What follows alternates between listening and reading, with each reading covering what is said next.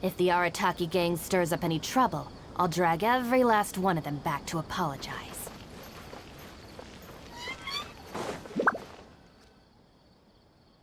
I've taken a look at your proposal. It's much better than the ones you showed me before, but I'd still like to make some changes. Oh, come on, not again. Isn't this the 6th proposal I've shown you? What's your issue this time? It's a bit hard to put into words, but the design still doesn't look quite right to me. I have to say, that's a terribly vague and unconvincing explanation. Please enlighten me. What would feel more right to you? For starters, don't you think this roof is jutting out a bit too far from the top? It looks almost like the head of a fungus. This door, too. I don't think it needs to be nearly this large. If you could reduce it to around my height, you could use the leftover materials to construct a few more rooms. The roof and the door are the most fundamental parts of a building. If we were to change them, then what would be left of the design? Even if the soul of the building won't be lost, all traces of architectural style would be gone. Anyone with the slightest inkling of architectural knowledge would know to leave them alone. Oh, I understand the principles of what you are saying, of course, but the truth remains that I'm still a bit unhappy with the design as is. Is there anything else that you can do? Oh, actually, I just got an idea. Can we get rid of all the extraneous sections on the roof, so the whole design will just be one vertical structure, similar to that of a tree trunk? What? Don't architects often say that symmetry makes everything more balanced and pleasing to the eye? This way, the proportions will be completely balanced. I really don't know how you managed to come up with such a ridiculous idea. Wait, don't tell me. Someone hired you specifically to commission me and put me through the ringer? Come to think of it, though, I really don't think I've gotten on anyone's bad side recently. Anyway, that's it. I will not be working on this commission anymore. Goodbye. Maybe you can find yourself some other genius who'll be able to satisfy your demands. Hey, young man, please wait! Go.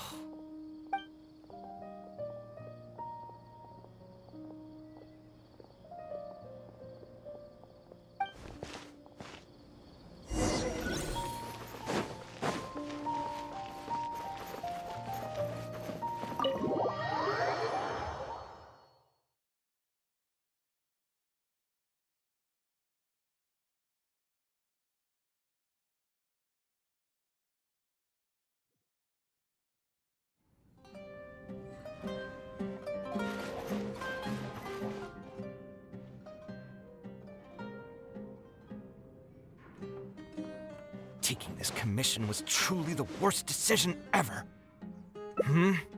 Oh, hey, I wasn't expecting to run into you here. Actually, while we're on that, what are you doing here at the tavern? Don't listen to anyone who says that drinking is an elegant pastime. It's no good for your health. So you saw all that, did you?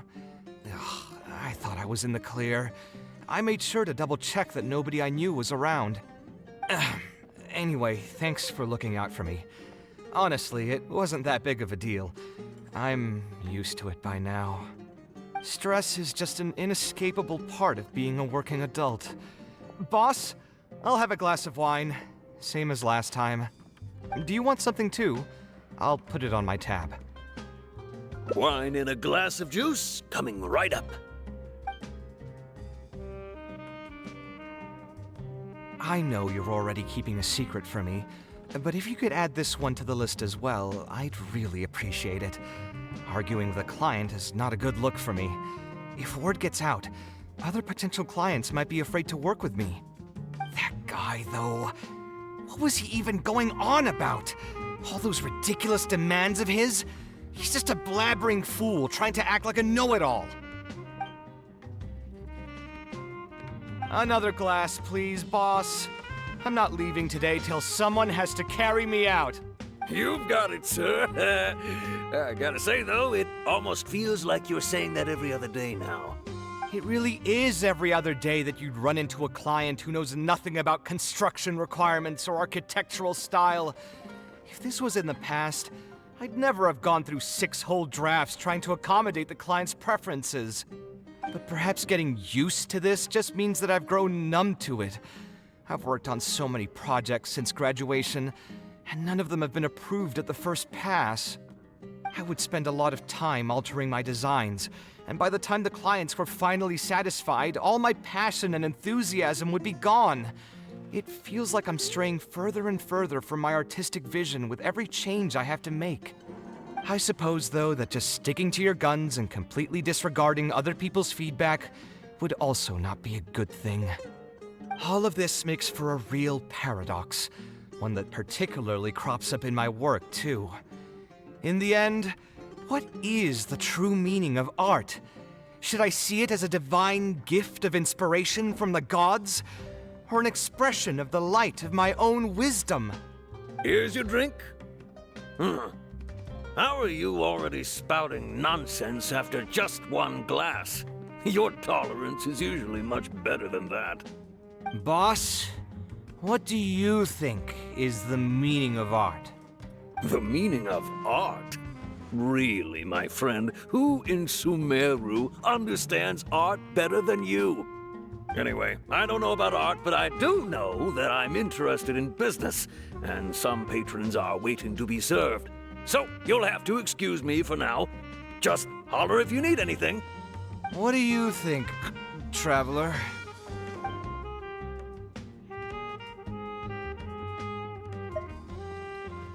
Exactly. So our thoughts on the meaning of art are rather similar. In Sumeru, and especially Sumeru of the past, the arts are not a popular discussion topic. Trying to talk about the arts is basically the key to killing any conversation. It's too bad that I'm not in my best form today. Otherwise, we could have talked about this for a little longer.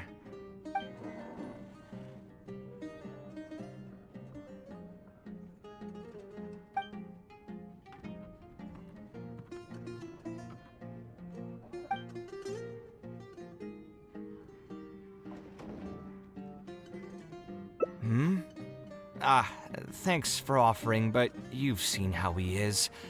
He's not going to listen to anything I say. He understands nothing about my design, and all the suggestions he made were as if he just wanted to mock me. Okay, it is possible that I was just jaded by my frustration. Well, given I'm already on my 6th draft, I can probably push myself to make a 7th. Let's go have another talk with him. I know where we'd be able to find the guy. There's no time to waste. The wine can wait until another time. I'll go take care of the bill.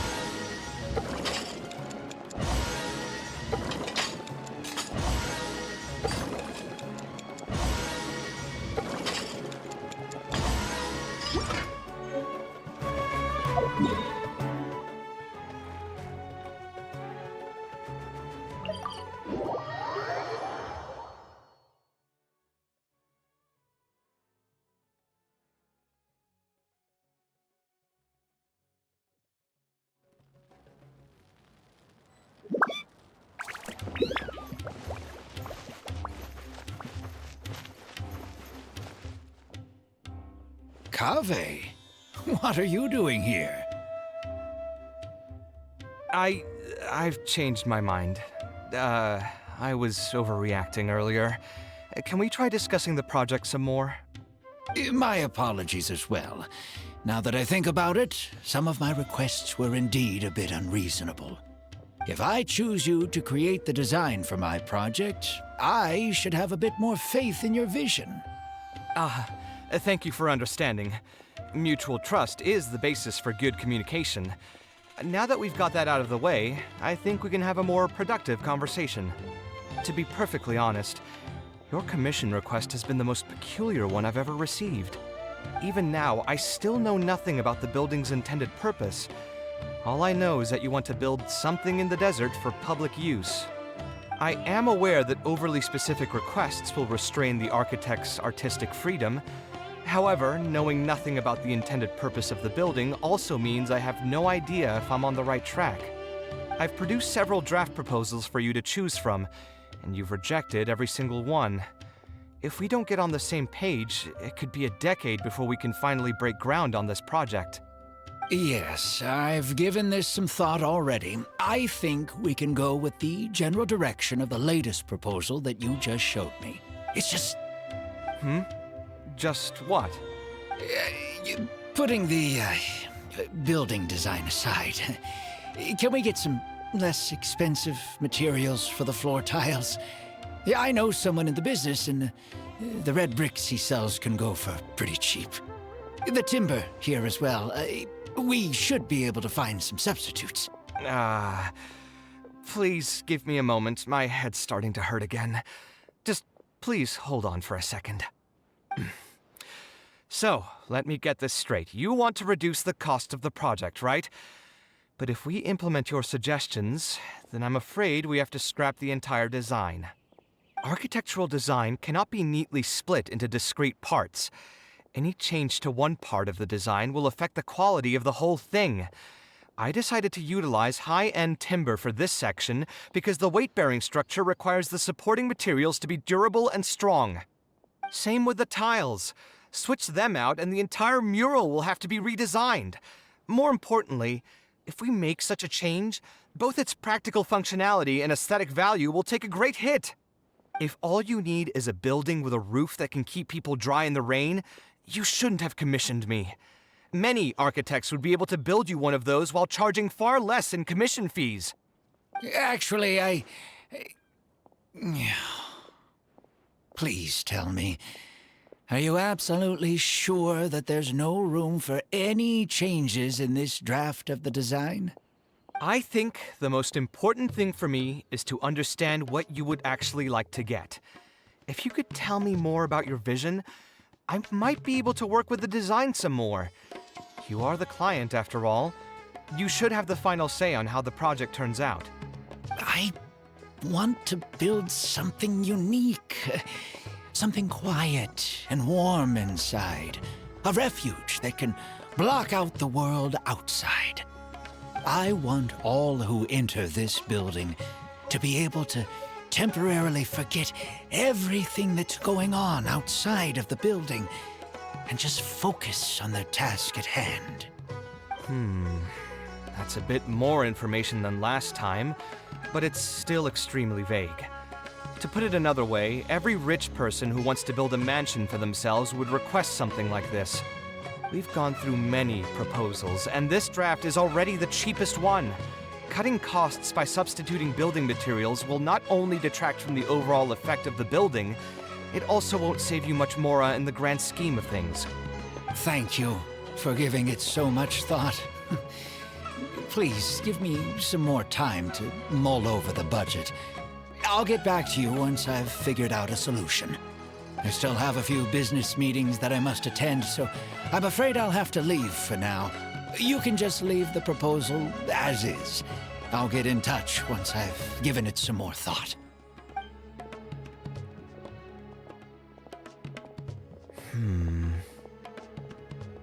I also have a similar feeling. Is that really okay? I mean, what he does now is none of our business. He does seem really suspicious, though. He dresses like a rich person, but when you talk to him, he hardly sounds the part. That's actually pretty common. Not all rich people are spendthrifts. Many are just, as if not more, stingy than him. The more mora some people have, the more they love interfering with people's lives. Like constantly reminding you to pay back your debts, or hinting every other day that it's time for you to pay rent. Actually, now that I think about it, I'm not even sure this person really wants to work on this project with me. Putting his vague requests aside, he's still finding excuses to procrastinate even when we've decided on a plan. Who knows how long construction will take if he keeps delaying things like this? We should find him again and get some clearer answers. The sooner we can break ground on this, the better.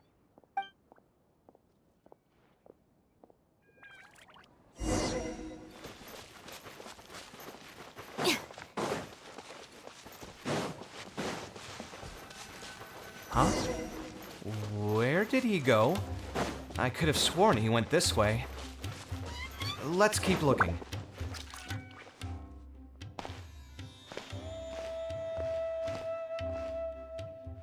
Oh, hey, look! Isn't that Badawi? It sure looks like him, but he's dressed completely different now. What is he up to? Didn't I tell you before? I'm not looking for more workers. Plus, aren't you a bit old for physical labor? If something happens to you, I won't be able to pay for it. Oh, you won't have to worry about that. I grew up as an Eremite mercenary and worked in the desert my entire life. My body's still in great shape. I don't have many talents, but I still have my muscle. If you need someone to unload goods or drive away sumpter beasts, I'm your man. You used to be an Eremite mercenary? I know there are a lot of bad apples in our ranks, but most are just trying to make a living. We're not that greedy by nature, and we'll do our best when given a job. Let me think. I'm sorry, but I still can't take you in. I don't have any open positions right now, and don't have the mora for anything more. How about this? Why don't you try your luck somewhere else? Okay. He used to be a member of the Eremites? Huh. From the way he was dressed, I would have thought he was a merchant from the rainforest.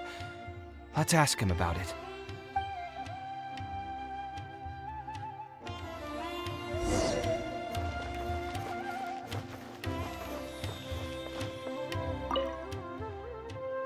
We meet again. Huh? Why are you guys here? That's what we wanted to ask you. Who are you? Why did you dress up like a merchant to talk to me about our project? There's no need for us to continue this project if you still want to keep hiding things from us. I don't work with individuals I can't trust. Believe me, I didn't have any bad intentions. It's just...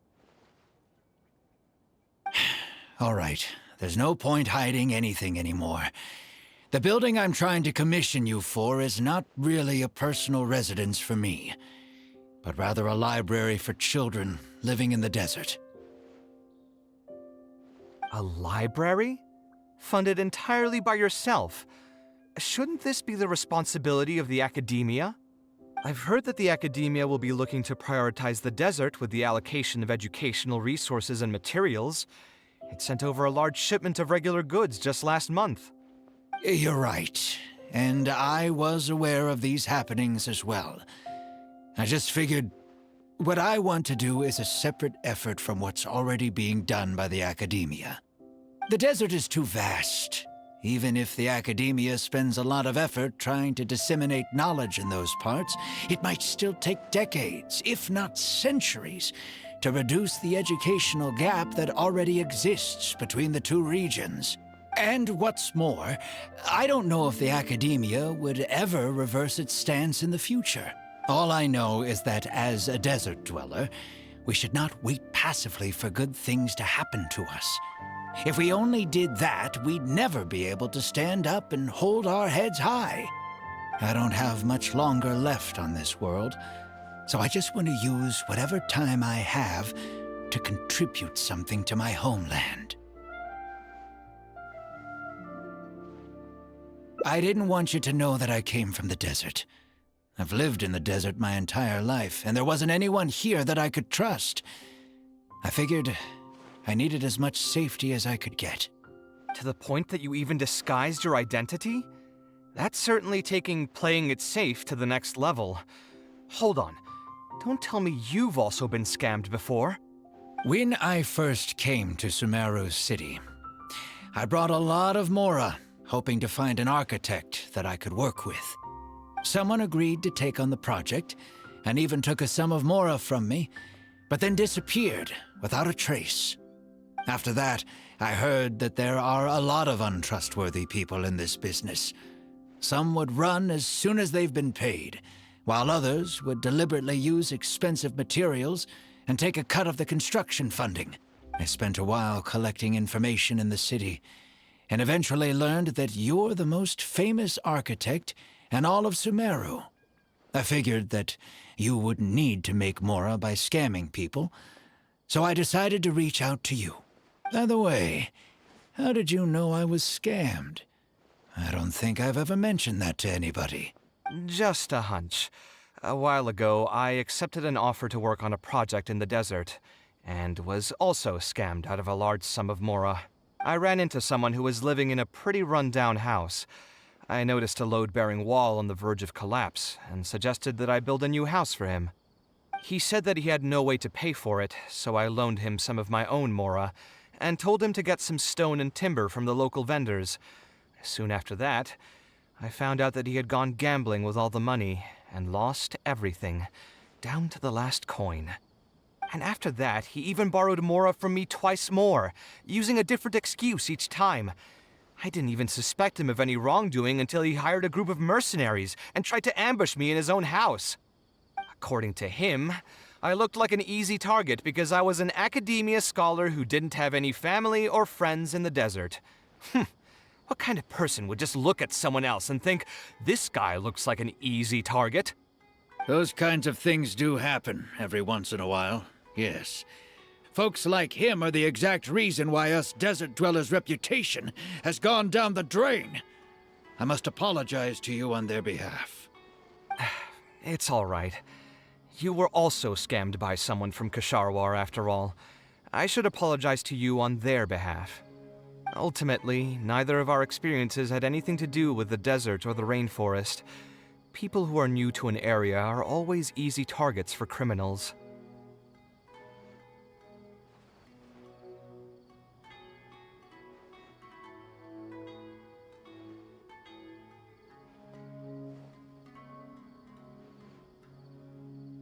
Yeah, you'll find both good and bad people everywhere.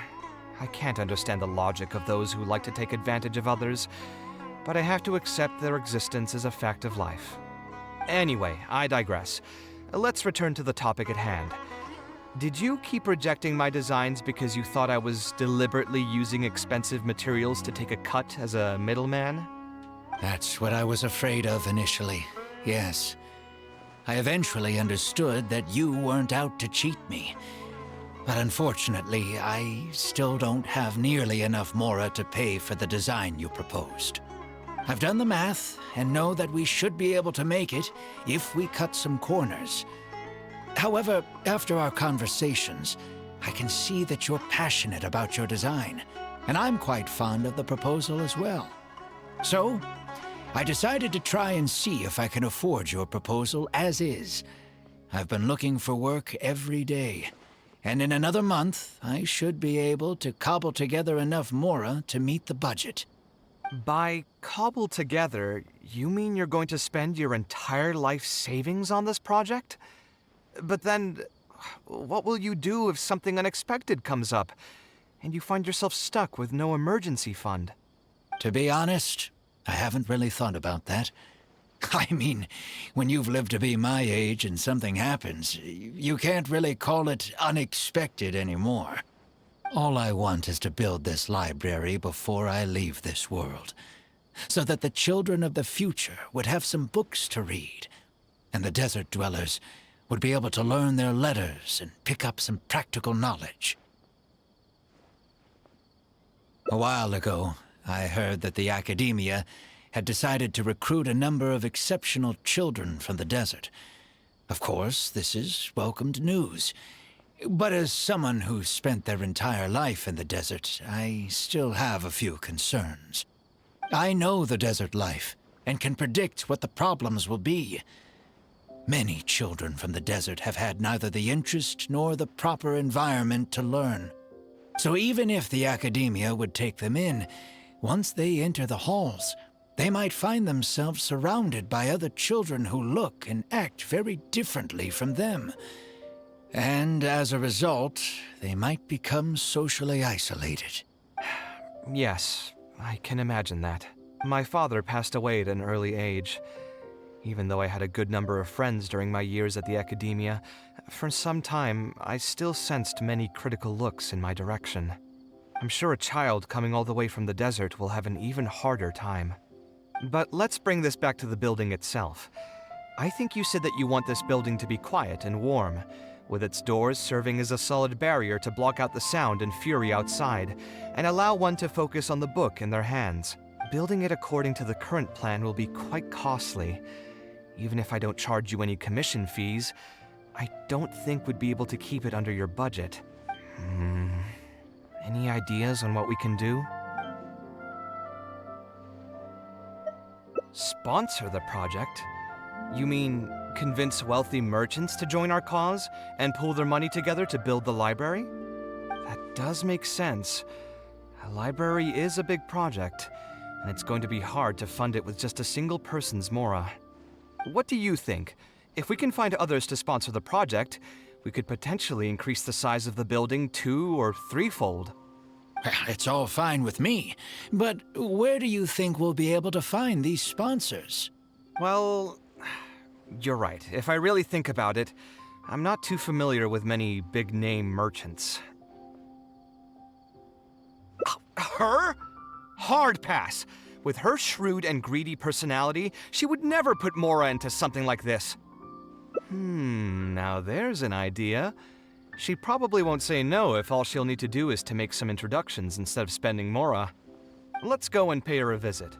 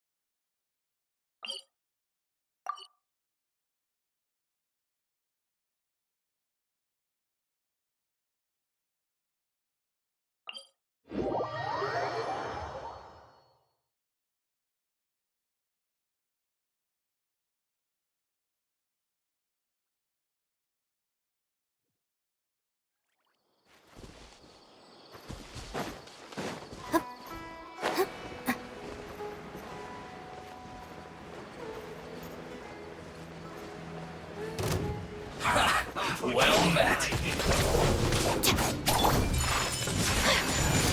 So rude! Killjoy! We've only just begun. Embrace the ice!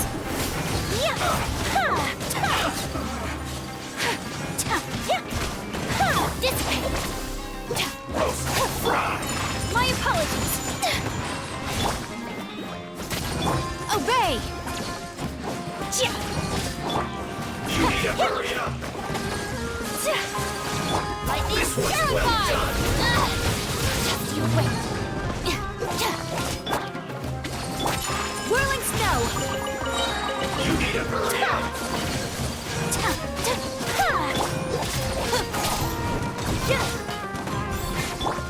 Sakura swirl! My apologies! Stand with You me! need to hurry up. Roasted fry. Out of the frying pan, it's whirling snow! You need to hurry up. This was well done. Our bond is strong!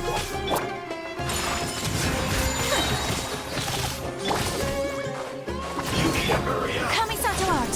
Sometsu!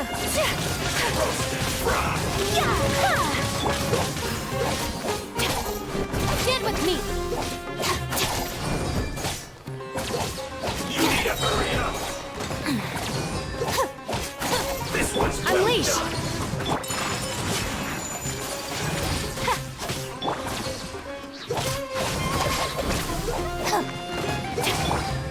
Manifest!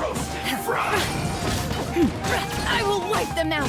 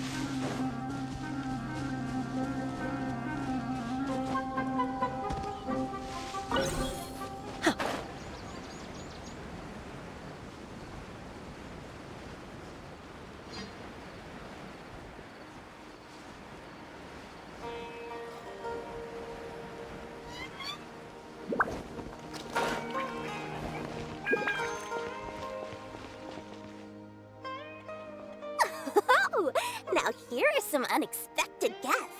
What brings you to the Palace of Alcazar's Ray? When I saw Kaveh, I almost thought it must be that time of month again. Sadly for me, I must wait a few more days before I can collect my shiny Mora. Hey, can't you think of something else for a change? You are literally living in an objet d'art, and yet your mind is still fixated on nothing but Mora? What is the point of wealth, anyway? Is your happiness entirely dependent on your hoard of cold, emotionless Mora? That's exactly right. Mora is extremely valuable, you see. If you don't keep your mind on it, your Mora may just find its way to somebody else's pockets. If you ask me, this place is still way too empty. Just give me some time and I'll fill it to the brim with lots and lots of Mora. You're hopeless. Oh, so you have an actual reason to visit me? All right, let's hear it. Merchants? Why? Is there some kind of business opportunity? Oh, I see. So you're just looking for someone to help you fit the bill. I knew you wouldn't be interested in something like this. Still, you wouldn't refuse just making some introductions for us, would you?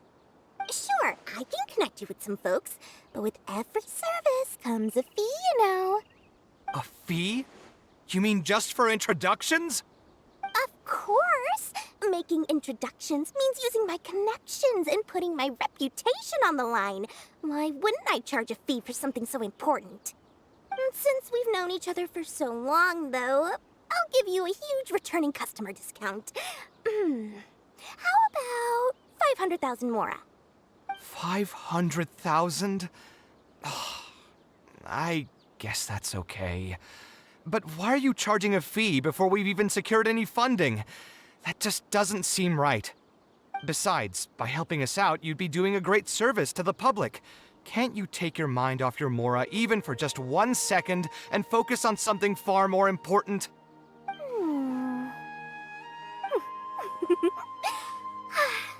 Very well. Since you're so passionate about this project, I'll help you out and waive the introduction fees. 3 of my business partners came by earlier today to discuss some things with me, and they still haven't left yet. I'll arrange a meeting for you, and just so we're clear, it'll be up to you to present your project and discuss any deals. Thank you so much. You can wait here. I'll bring them over to you.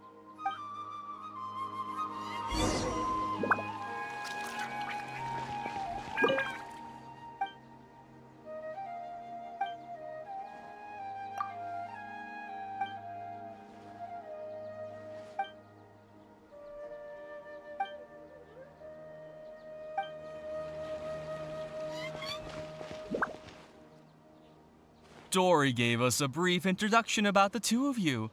You are Kaveh, the renowned architect, and you are the traveler. Practically all of Teyvat has heard of you by now. To be frank, I don't feel like there's an obvious business opportunity here, but since Dory took the time to introduce you, we can spend some time to have a conversation. So, let's hear your idea. All right, here's the situation. I've been commissioned to build a library in the desert, with the intended goal of allowing the desert dwellers to have more access to reading materials. So it's a public welfare project. Correct. Then the commission fees will likely be very low. You should be careful. I'm not too concerned about how much I'll get for the commission fees, actually. I'm fine with doing it for free. I just want to get this project rolling as soon as possible. We're just a little short on funding. So what? You can't possibly expect that we just cover the shortfall for you. Besides, what does a library in the desert have to do with us? If you want to build it yourself with your own Mora. Seems simple enough to me. Hey, there's no need to be so harsh. They are Dory's associates after all. Here, can you tell us a bit more about what we can gain from sponsoring this project? So we'd mostly be doing it for reputation and exposure? There is some value to that. It could make doing business in the desert a bit easier. Well, just speaking for myself, I've got nothing in the desert. I also have a concern. It feels like there's not much to profit from in the short term. But in the long term, the reputation gain also doesn't sound like it'd offset the cost of the sponsorship. Then how about this? What if, instead of building a single library, we commit to an entire complex of buildings dedicated to culture and education? Wouldn't that just cost more? Yes, but in that case... Mr. Kaveh, please tell us what you have in mind. I'll just give an example. If we were to build a library and a school near Aru Village, then the desert dwellers would gradually begin to migrate towards the area. A whole suite of buildings will be able to host more traffic, and thus drive the economic development of the entire area. In turn, that would lead to direct business opportunities. I've been to the desert several times. Although there are still many lingering tensions between the two regions, the amount of interaction has been steadily increasing, and in the long term, the desert will only become more and more important to Sumeru. You do have a point. Education in the desert is indeed an industry that has not been tapped into. If we can be the first to place stakes in the area. And you just believe anything he tells you? Even the greenest amateurs know that urban planning will affect population flow. If you don't believe me, you can ask anyone on the street to confirm it to you. You...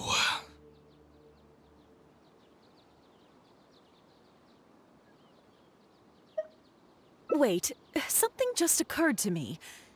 If we're going to build a library in the desert, Aru Village would obviously be the best place for it.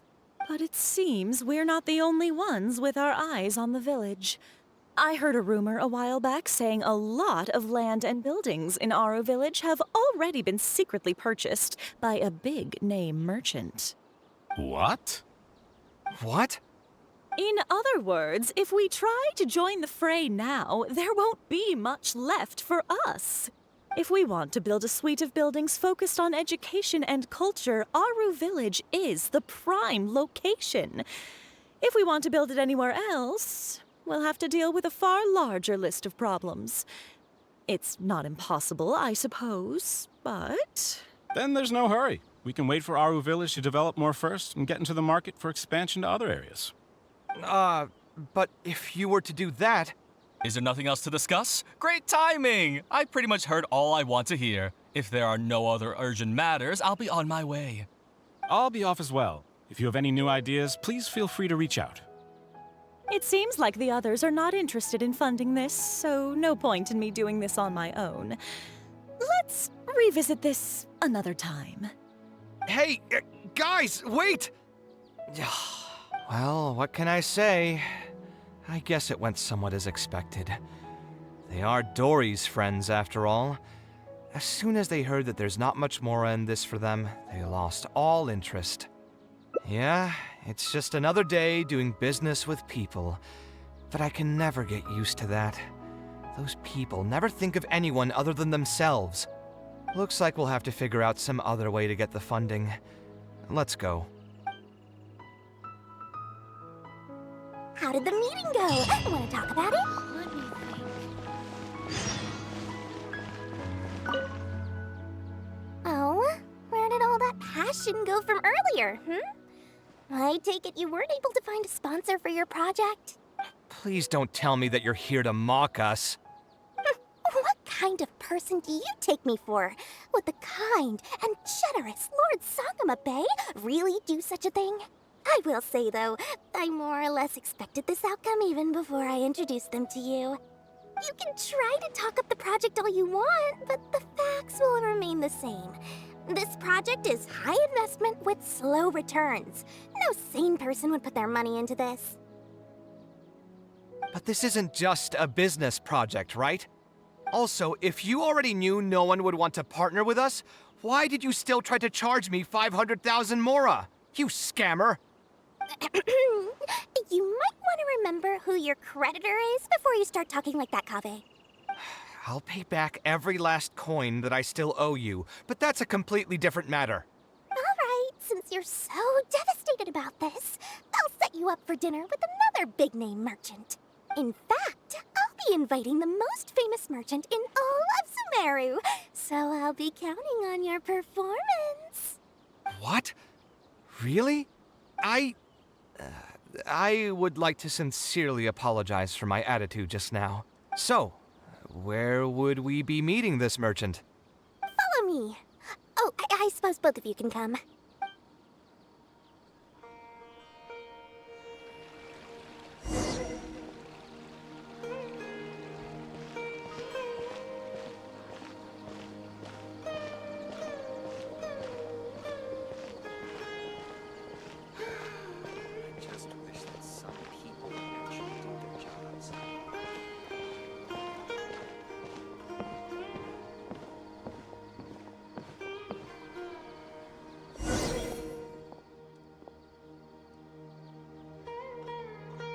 This is the place.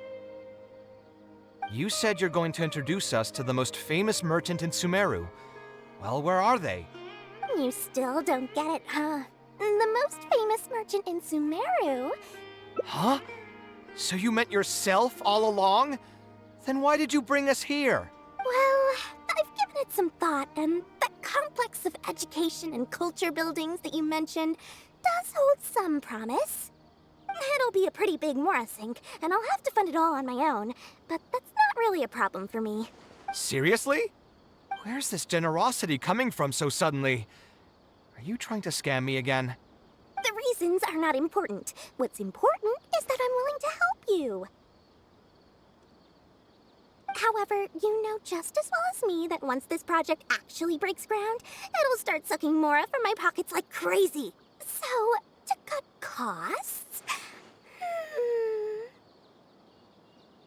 I get it. I won't charge any commission fees, and I'll take responsibility for the entire project. Splendid! Then let's sign the contract right away.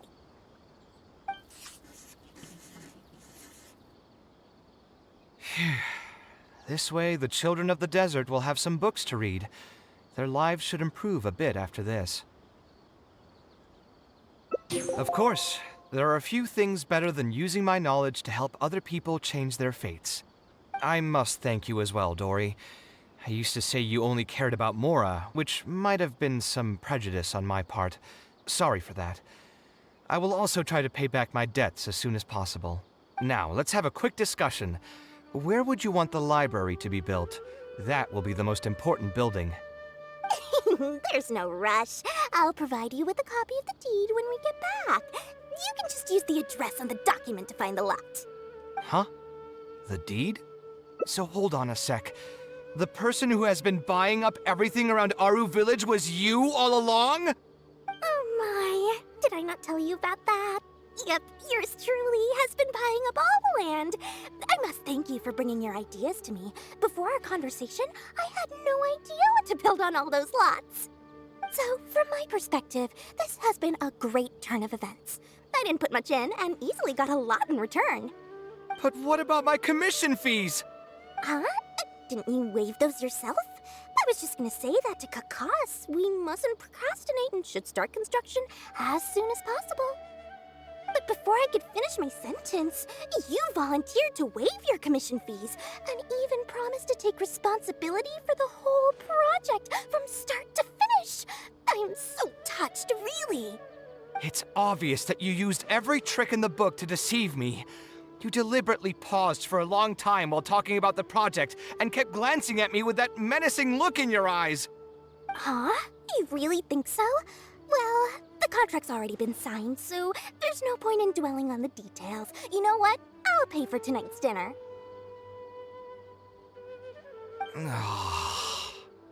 Fine, I'll drop the argument on the commission fees. But since you said you're paying for dinner, I'm going to order the best dishes and booze this place has to offer, and lots of it. Tonight, we're feasting until I've recouped my full commission fees.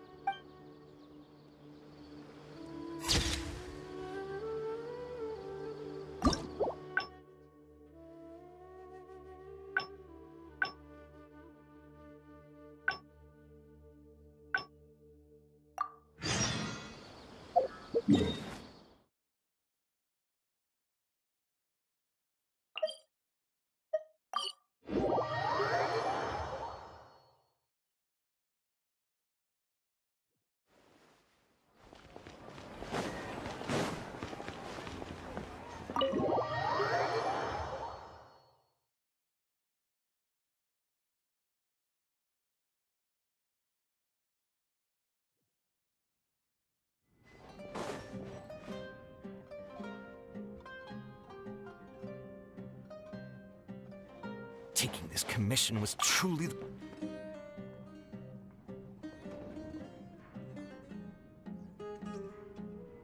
Yes, art shouldn't be self-indulgent entertainment saved for the elite.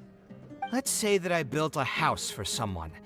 If they don't like how it looks, then no matter how brilliant it may appear to me, they won't be happy with it. The problem is that it can be very difficult to get validated by others. I could compromise my personal standards to accommodate my clients, but often that just means creating a final product that I would struggle to look at.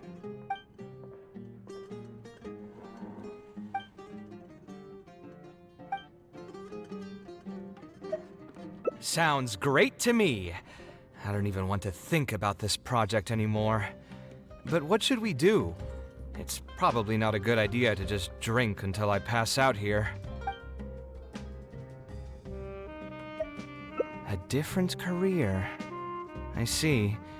That's not a bad idea. I think I've heard a saying somewhere before. 80% of a working adult's woes are due to not having enough mora in the bank. It's just a saying, of course, but even I will admit that my life would be a lot better if I could make additional mora. And if I want to make mora, I should finish that ridiculous commission. But I really can't find it in me to go back and talk to him right now. Hold on. I just remembered that I used to have a senior classmate by the name of Alkami. If memory serves me right, He's no longer taking private commissions, but he's still doing pretty well for himself.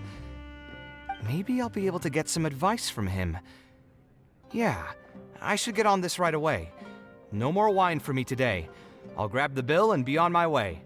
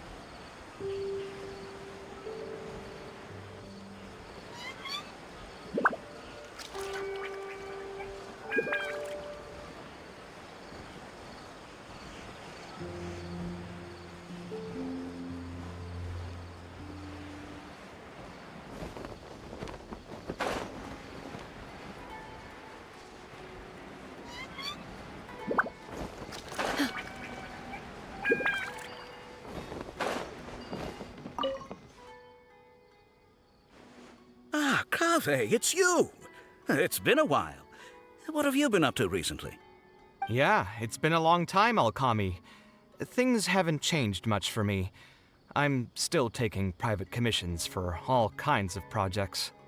I heard that you were the genius behind the Palace of Alcazazare.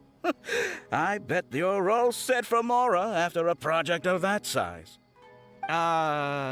Well, it's hard to make a profit from every project, you know? Hard to make a profit? You've got to be joking. I've never met an architect who didn't make a profit from a project. Unless the client fled before they paid the commission fee in full. But that doesn't sound right either. Doesn't Dory have a pretty decent reputation in our local business circles? I don't think she's ever been involved in any kind of big scandal. Well, about that. I mean, it was complicated. I understand. Either way, doing one project after another sure gets exhausting over the years, huh? I've been there, so I can feel your pain. I mean, I obviously never had your reputation to live up to. That must have been stressful. But I'm sure we've faced all the same problems. Trying to keep your client in a good mood while you're trying to stop them from micromanaging things they don't know the first thing about. I don't miss it. Thankfully, that's all behind me now. Not exactly. My work is still closely related to architecture. Judging from the look on your face, you're still strapped for Mora. That's quite unfortunate. You're the most artistically gifted graduate the Kasharawar Darshan has seen in decades. But it looks like you still have a lot to learn in terms of making Mora. With that said, us Kasharawar grads should still look out for each other. What if I told you about an idea that'll absolve you of all your Mora troubles going forward? Are you serious? But something like that has got to be some kind of top-level business secret. Are you sure you can just share something like that with me? Besides, I don't want to just take something like that without offering anything in return. I still have a little Mora. Or is there something that I can help you with? Oh, you're too kind. This is just a simple tip. Even if I didn't bring it up, I'm sure you'd hear it from the others sooner or later. The idea is this. I recently opened up a training center with the goal of educating people in architecture design. Compared to the classes taught by those old fossils at the academia, my classes are more condensed and streamlined and will allow people to quickly get their foot in the door. Unlike the academia, I won't turn down anyone who's interested, rich or poor. As long as someone wishes to learn more about architecture, I'll accept them into my training center. It just so happens that I'm still looking for a few more instructors. So, what do you say? Interested in coming over to give a few lectures? Regardless of the pay, I can already guarantee that it'll be far more comfortable than working on random people's private commissions. Ah, so you want me to join you as an instructor? That does sound like something I'd be able to do. It sounds like a pretty stable job, too. What do you think, Traveler? Then it's a deal. Yes, it's a deal. Thank you, Alkami. Oh, like I said, there's no need to thank me for this. The lecture room is not far from here, so you can just come straight here tomorrow morning. As for the pay, how about we start at 300,000 mora per lecture? 300,000? Are you serious? How could you offer so much? It would seem that you're still oblivious to your own economic worth. 300,000 is nothing compared to the prestige of having the Light of Ksharawar as one of my instructors. 300,000 is also just the base rate. Just trust me on this. The longer you stick with me, the more you'll come to understand your true value in the market. I have to go make some preparations now. See you tomorrow. I was never particularly close with Alkami when we were in school. Who would have thought that he'd be so nice and friendly? I've hosted free lectures before, but this would be my first time being hired to lecture for a formal business. 300,000 mora per lecture. Whew! I'm so excited that I'm starting to get nervous. Thanks so much. I think I will be able to relax a bit more with a friend in the audience. Now, what should I talk about tomorrow? Some lessons I've learned over the past few years? I should probably save those for later. For my first lecture, I should start by getting them more interested in the field. All right, let's meet here again tomorrow morning. I should hurry home and create some kind of lesson plan. If I'm going to become an instructor, I should make sure I show up prepared.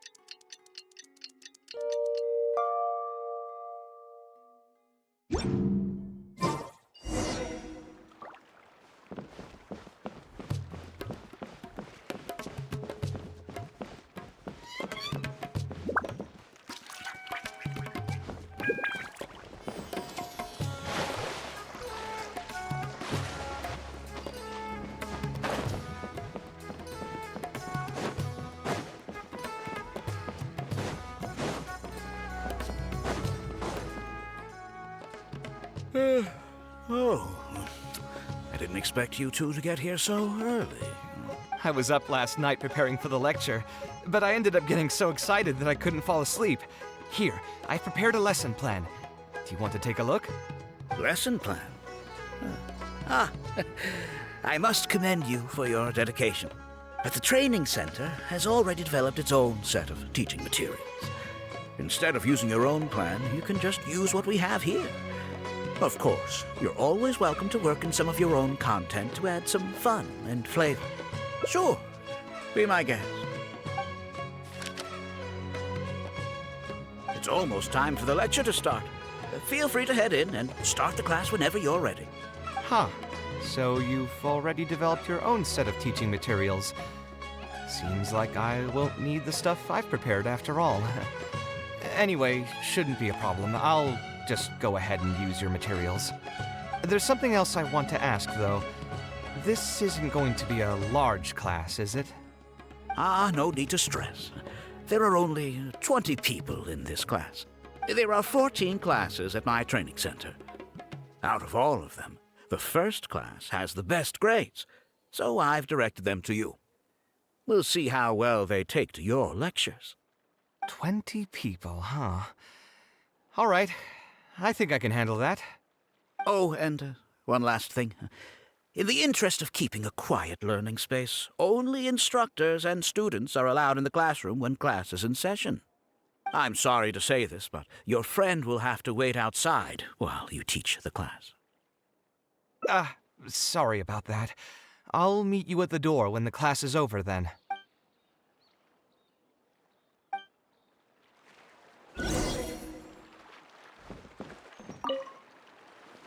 Hey there. Can I help you? Oh, Alkami? You mean that rich guy who's been making quite the name for himself? Yeah, he commissioned a set of furniture from me a while back. Paid a great deal of mora for it, too. I heard he earned a fortune working as a renowned architect. Now he's opened a training center so others can follow in his footsteps. If the tuition wasn't sky high, I'd enroll my child in a heartbeat. Architecture really sounds like a lucrative profession.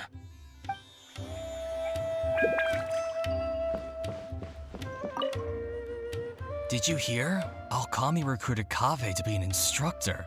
I bet that'll boost his enrollment numbers. Really makes you jealous, eh? If you think about it, Alkami was never that talented himself as an architect.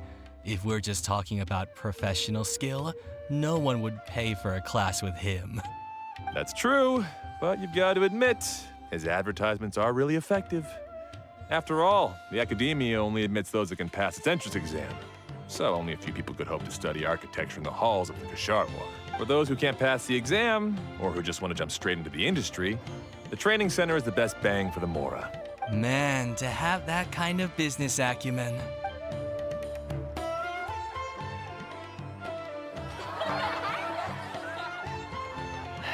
All right, everyone. There's no need to be nervous. Class is over, so we can just chat for a bit. I shouldn't have lost my temper during the lecture. Did I scare anybody? No, you weren't scary at all, Mr. Kaveh. We were just a bit lost and didn't get what you were talking about. Oh, don't get me started. I was trying to use Alkami's materials, so I flipped through some pages and gave them a closer look. The more I read, the more upset I became. Alkami may fool an amateur, but he can't fool anyone who's active in our profession. The materials he made are completely useless for teaching real architecture. In my opinion, the most important skill of an architect is their ability to craft a design. In other words, they must be able to conceptualize ideas. There are tens of thousands of buildings in the world, as well as a countless number of architectural styles. Some designs emphasize aesthetics, while others prioritize practicality. The architects who can critically evaluate the quality and fit of different designs are those who can come up with great designs of their own. But you won't get any of that from the teaching materials they're using here. All these students are doing in class is rote memorization of existing designs. They are learning nothing about the underlying principles. How can they expect to become real architects? When they're done with this class, all they'll become are dilettantes with a pitiful smattering of architectural knowledge. But Mr. Kaveh, we didn't really understand anything you said after you threw away the materials either. What's the big deal anyway? It's not like we're looking to make some works of art. We just want to make some mora. You're studying architecture to make mora? Yeah. Why else would we be studying here? My biggest dream is to become someone like Mr. Alkami. Once I finally make my fortune in architecture, I'll be able to buy anything I like. Huh. In that case, I'm afraid you'll probably be disappointed. The reality is that the work of an architect is very difficult, and the pay is not lucrative at all. Believe me, I'm a perfect example. But how? Mr. Alkami just told us last night that you made a killing by building the Palace of Alcazarzare. He also said that as long as we graduate from his class, waves upon waves of people will reach out to us with private commissions, and we can just sit back and wait for Mora to fill up our pockets. It won't be long before I can put these miserable days behind me. Come on. And you all believed everything he said? But Mr. Alkami is really rich, isn't he? You... It's pointless trying to argue this with you right now. You've already filled your heads with pipe dreams. Let's go, Traveler. Let's hear about Alkami's true plans from the man himself.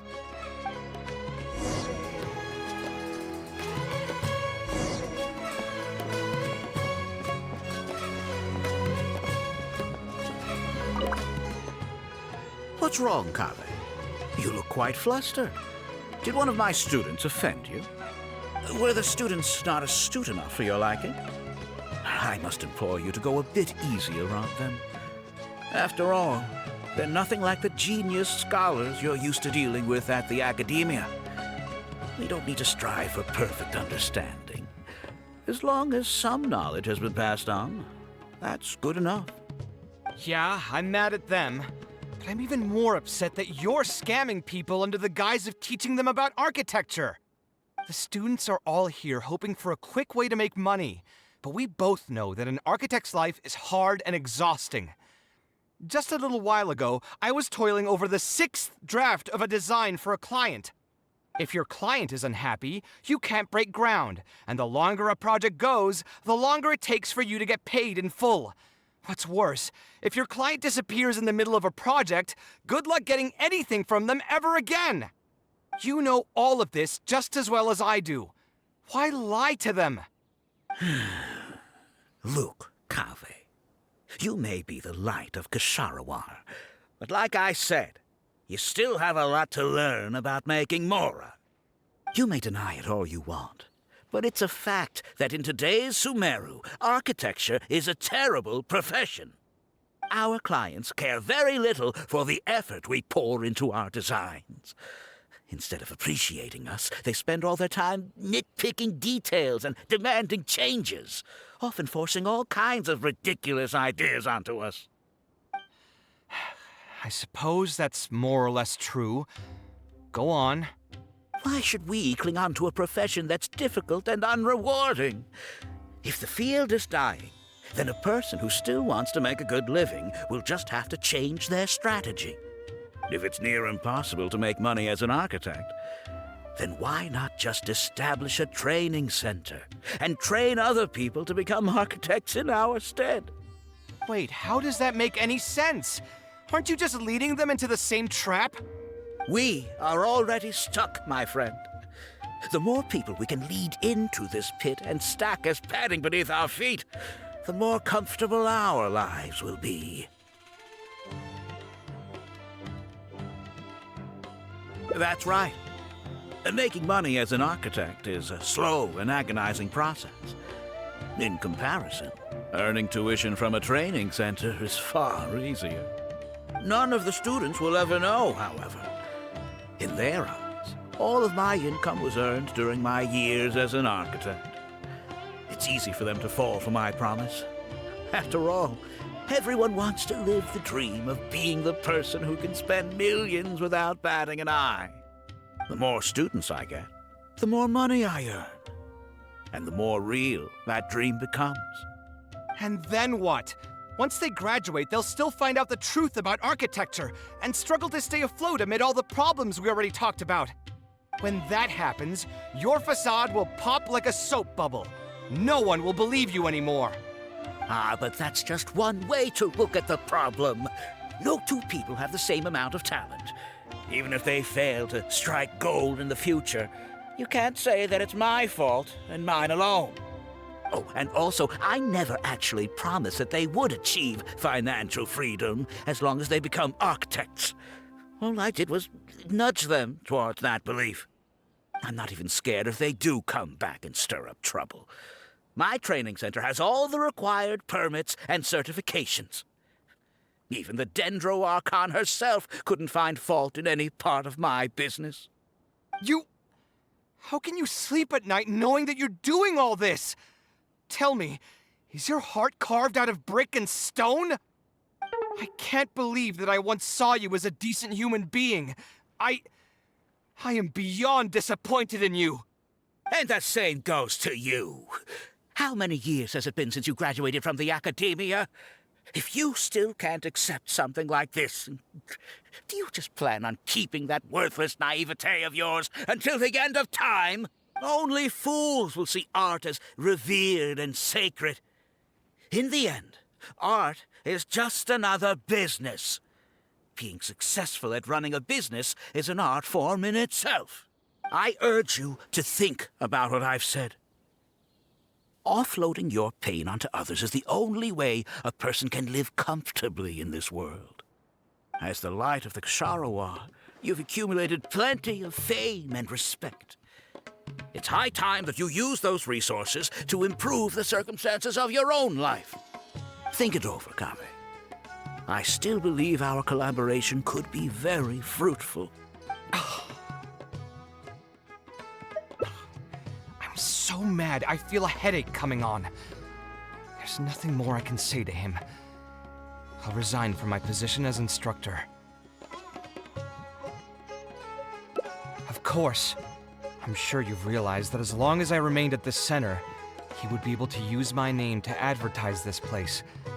Even if I just sit back and do nothing, others will be deceived and suffer because of me.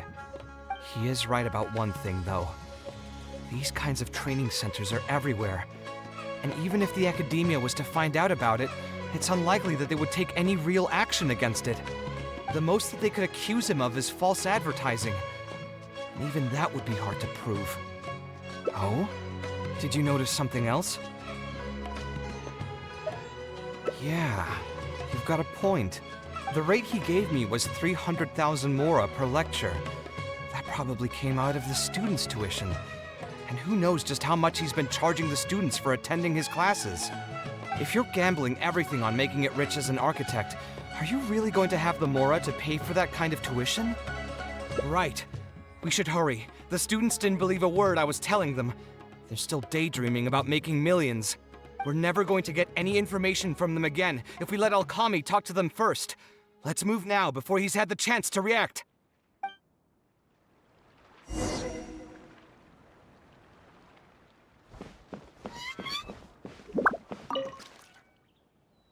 Oh, Mr. Kaveh? What are you doing back here? Class finished a while ago, but you're still here. Why haven't you gone home? I wanted to stay for a little longer. I'm still thinking about everything you taught during the class. Even though a lot of it went right over my head, I still thought the houses you drew were really pretty. Of course they were. All the examples I drew were world-famous landmarks. Each one was the magnum opus of a celebrated architect. It's a good thing that you could recognize them for their beauty. The accumulation of knowledge is the first step to artistic expression. Instead of rote memorization, you should try to relate and to understand, and after that, try to resonate with the work. Resonate? Yes. When I first got into architecture, there were many things about it that I couldn't understand at all. I would find a building to be beautiful, but have no idea what made it so good. And for most people, just being able to admire a building is enough. To become a good architect, however, you must also learn to assess and appraise. Going from admiration to assessment will take a lot of time and specialized knowledge, and I'm afraid that some superficial speed training won't be enough to take you there. Just as I thought. Becoming an architect won't be as easy as Mr. Alkami made it out to be, right? I'm sorry. I'm not trying to crush your dreams. All I want to tell you is that an architect's life is not as carefree and easy as others may make it out to be. I understand. Thank you for telling me the truth, Mr. Kaveh. I think I'll still stay here for the time being, though, since my family still hasn't paid everything off. Paid off what? Sorry, I can't say anything more. Mr. Alkami made it very clear that anyone who talks about it will be kicked out of the class. Don't listen to him. I am the most famous architect in Sumeru. If he kicks you out, then I'll just take you in instead. Really? Why would I pull your leg? I can see you have some talent, so as long as you get your fundamentals down, You should be able to pass the entrance exam and continue your studies at the academia. Then please keep this a secret for me, Mr. Kaveh. Truth be told, my family is not very well off, so we couldn't really afford the tuition for this class. Mr. Alkami was the one who reached out to my parents. He told them that he knew a merchant by the name of Bahar and that we could get a loan from him. He told all the students that once we graduate, people would come flocking to commission us for projects. If everything went well, we'd be able to pay off everything in just a few years, and all the more we make after that would be ours. How much did your family borrow from this merchant? I think it was several million mora. And what was the interest rate? I'm not really sure. My parents were the ones who signed the contract. All I know is that the stack of papers was as thick as a slab of rock.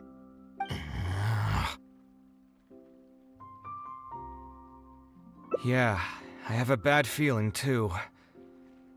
Something about the whole thing feels dastardly familiar. We need to find that merchant to confirm. But if we were to confront him right now, there's no way he'd admit to anything.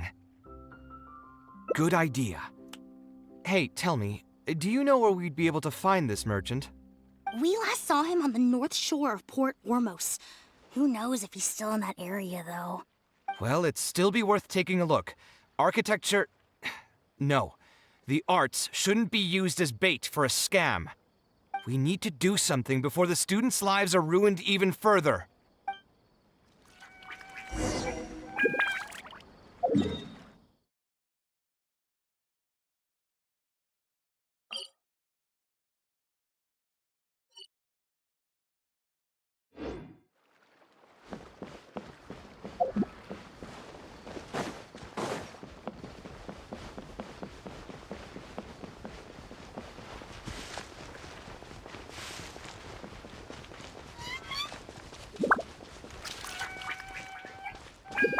Unleash!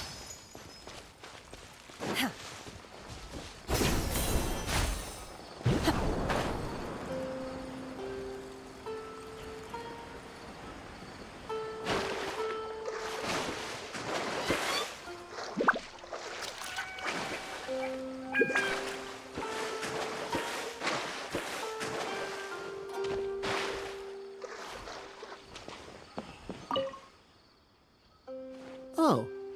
I don't think I've ever seen you guys before. Here for business? You're Fahar, right? Yes. May I ask who introduced you? Alkami. My friend here wants to enroll in his architecture class, but they're a bit short on money. Alkami told us you're the man to go to in this kind of situation. Oh, sounds like his business is booming. How much do you need? Let me see. I'd say around 3 million mora. Oof. You call that a bit short on money? Anyway, since you're here because of Alkami, I can work things out for you. Make sure you sign the contract, though. Lots of people are borrowing money from me nowadays. Here you go. Don't worry, there's nothing particularly unusual about it. All you need to do is pay back the loan in full within 3 years. And what if they won't be able to pay it back? What do you mean, won't be able to pay it back? Once you graduate from Alkami's place, you'll be making millions of mora a year. Easy!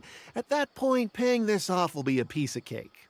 And even if you were to run into some difficulties and need to delay the installments, it's no big deal. We're all reasonable people here. If you can't pay quickly, you can just pay it back over a longer period. All that would change is your interest rates would get a little higher. It's hard work running a business. If we're taking risks to supply you with mora, it's only fair that you take on a bit of the financial risk as well. Anyway, there's no point in tying yourself in knots over the contract. With the way you're reading every single line, it's like you're worried you're about to get scammed out of your whole life savings. Why would I lie to you? Tons of students at Alkami's place have signed the contract. Aren't they all doing pretty well for themselves? I just did some calculations in my head. When you say the interest will get a little higher, Do you mean it'll get higher than 30%? Of course, the contract did a great job of trying to obfuscate that fact. It only listed the amount that you'll have to repay every day, which gives the false impression that the amount hasn't actually increased by all that much.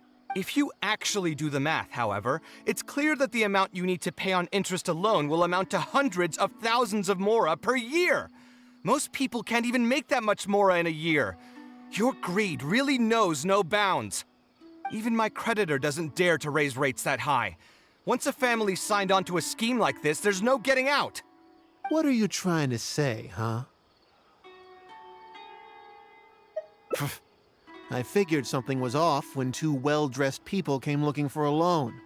Think you got the better of me? Too many people are sticking their noses where they don't belong these days. Luckily for me, though, this is a pretty secluded spot. Hey, come out and teach these guys a lesson! Eremites? I've already fought off more than my fair share of them when I was working in the desert. There are only a few of them, so they shouldn't pose much of a threat. Marak, you're up! That's close enough. Sight clear! Lucky today! Dissipate! Eat this! That! Race you!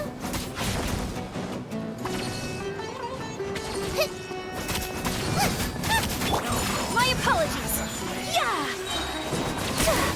Whirling snow. Embrace the ice.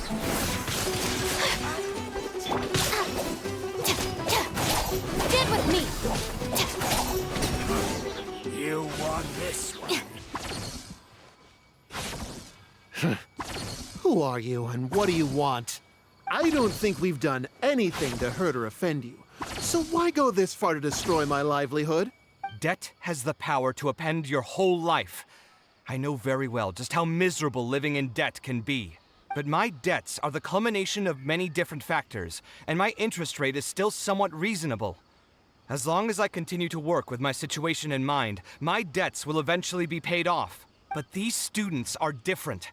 They have neither the mental preparation nor the financial resources to pay back a debt like this. You sold the dreams of becoming an architect to the students as bait, urging them to take on insurmountable amounts of debt to satisfy your greed. Ha! Everyone knows there's no such thing as a free lunch. It's their own fault for falling into the trap. And if we're going to talk about greed, aren't those students the ones who are blinded by it? They completely ignore the risk that's right there in front of them. Ha! And here comes the silver tongue. Surely you use that to reel in the students as well. Even now, many of them are still hopelessly dreaming of striking gold after they graduate. People grow by learning from their mistakes. I hope this will be a valuable lesson to them. Let's head back to the academia and turn this guy over to the Matra. They should be able to link him with Alkami's business.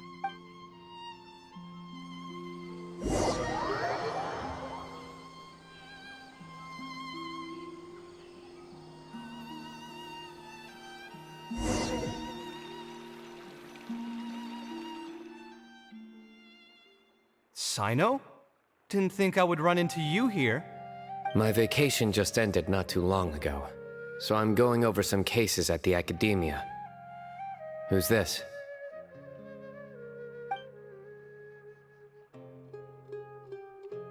I see. Charging an interest rate over 30% indeed constitutes a crime. As it is highly likely that Alkami is also benefiting from this scheme, the Matra will open an investigation on him as well. The training center will be closed until further notice. Any funds we manage to recover from the suspects will be returned to the students. It's unclear how much we'll be able to get back, however, given their extravagant spending. That should still be enough. Once the students realize the error of their ways, they won't fall so easily for such traps in the future. Anyway, thank you for your help. I hope this won't be too much trouble for you. It's no trouble. Just another day at work. How did you two get tangled up in this anyway? Did you accept any mora from him? He promised to pay me 300,000 mora per lecture, but I resigned as soon as I finished the first session. I didn't take a single coin. Ah, that's good. What do you mean, that's good? Would you have taken me into custody as well if I had actually accepted any Mora? I wouldn't have gone that far. But, had he insisted that you were also an active participant in his schemes, under our rules, we would have been required to open an investigation on you as well. Either way, though, I believe you are innocent in all of this. Had you actually been alright with making money through less than noble means, your life wouldn't be the mess it currently is. Hey, what was that? What do you mean my life is a mess? Never mind. Your life is fine. You're just messing with me now, aren't you? Let's get back to business. If Alkami's case can be successfully resolved, you'll be eligible for a monetary reward from the Academia. Don't forget to pick it up after the fact. Huh. I didn't even know there was such a thing. I never would have guessed. What I'm trying to say is that we didn't report Alkami because we thought we could make some more off of it. The reward will be given regardless of your personal motivations. It was implemented with the intent of encouraging people to supply tips to the Matra. Fine. Is there anything else? I want to go back to the training center one more time and talk to some of the kids. Sure, but you should wait until tomorrow. My subordinates will shut down the center today, and summon the students to gather information on the total amount of Mora they've lost in the scam. All right, then I'll stay out of their way. I can talk to the kids tomorrow. I have a few other things to take care of, so I'll be off for now. If you want to follow up on this case, just come find me again. Or ask one of the Matra. That should finally be the end of that. Oh, who would have thought it would turn out like this? All I wanted was to find a new gig and earn some Mora. To think Alkami would sink this low, it still makes me really upset. Still, I think I feel a little better now than when you found me back at the tavern. It's a little ironic, but you could say it's because I've realized that there are many circumstances in the world that are even worse than my own. Now that I've seen such things firsthand, I suppose I've earned a new sense of appreciation for my life. How should I put it? I'm pretty stubborn when it comes to my profession, so I often argue with my clients. The arguments are usually extremely frustrating, and every once in a while I'd wonder if I only became an architect because fate wanted me to pay for some sins I'd committed in a previous life. Alkami's suggestion would have allowed me to quit my life as an architect and earn money solely from my reputation. But now that I've experienced that for myself, I can confidently say that I'd never want to do it again. Every scholar has their own sense of pride and a line that they don't like to cross. Of course, when faced with the vicissitudes of life, some will surrender these things to seek a more comfortable life. I can understand that. Just speaking for myself, though, I don't think that's something I'd ever be able to do. The voice in my heart would just keep repeating one thing. The moment I turn away from my dreams would be the moment my career ends. If I stopped devoting everything to my creative activities, I'd be able to lead a more comfortable life, but at the same time, my sense of intuition and understanding for the arts would also begin to degrade. At that point, any materialistic ease I may have gained in life would just become another form of torment. In comparison, my current life comes with its share of difficulties, but at least I'd never have to deal with that kind of existential reckoning. I appreciate it. You may call me conceited for this, but I would also like to think I'm talented enough to be able to lead a decent life without compromising my pride. It's certainly not easy, but I want to keep at it. My thanks again for being such a great help throughout all of this. I'm planning to pay another visit to those kids tomorrow. Want to come with me? All right, I'll see you tomorrow then. Get some good rest.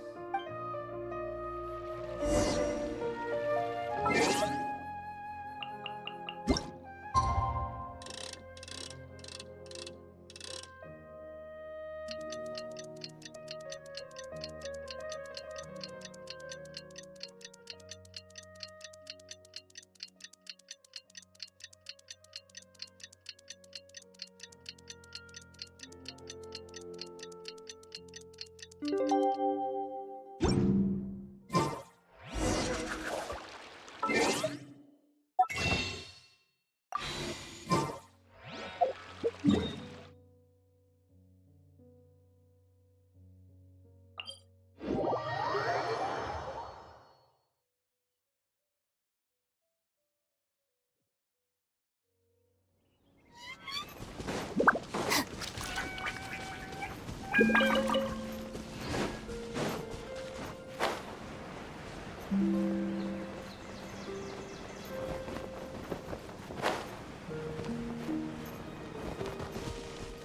bond is strong.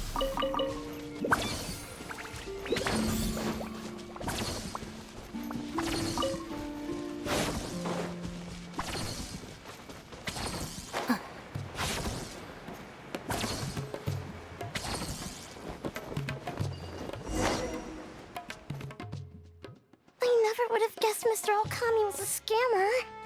The training center has been shut down, and the Matra have promised to return some of our tuition. But we've already spent so much time on this class. What should we do next? Mr. Kaveh said we can keep working on our fundamentals and try to get into the academia. Ha! Easier said than done. If it was easier to get into the academia, none of us would have signed up for the class in the first place. Only the best of the best can get into the academia studying on their own. Mr. Kaveh might be willing to teach us. Why? What reason does he have to stick around? So, you're the only ones that showed up today, huh? Huh? Kaveh's here! Now, that's Mr. Kaveh to you. I'm here as your instructor, so let's keep things a little more proper. I'll keep instructing you for a while longer. You can pass on the message to the other students. As long as someone wants to come, they can join the class. Oh, also, I'm usually pretty busy, so I'll only be able to teach architecture fundamentals on my days off. Another disclaimer, I can't promise that you'll all be able to understand everything I'm going to teach. Architecture is not an easy profession. Aesthetics aside, even the basics of safe design can already be a handful for most people. If you want to design safe buildings, you'll have to go through a systematic study of structural engineering. And just as a heads up, all of this will be a huge step up from the superficial stuff you were learning before. It'll take both talent and perseverance to get through the course. I don't want to hear anyone say that I didn't warn you. We'll try our best. It seems some of you are really serious about this after all. All right, everyone, pack your stuff up. No need to prepare much for today's class. We're going to go on a quick field trip. You'll know once we get there. Come on, let's get going. We'll be off once everyone's grabbed their pencils and sketch pads.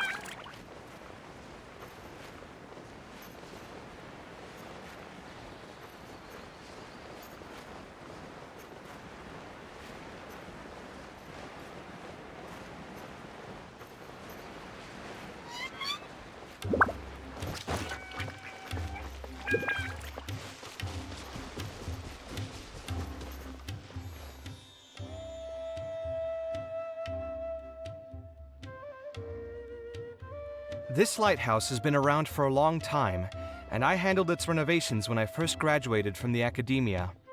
The point of today is not so much about the lighthouse as a building, however. I just want you to take a look at it and do a bit of self-reflection. If you were tasked today with designing a building, how would you want it to look like? Don't think about how you'd actually go about building it for now. Just put your ideas to paper and draw the prettiest building that comes to your mind.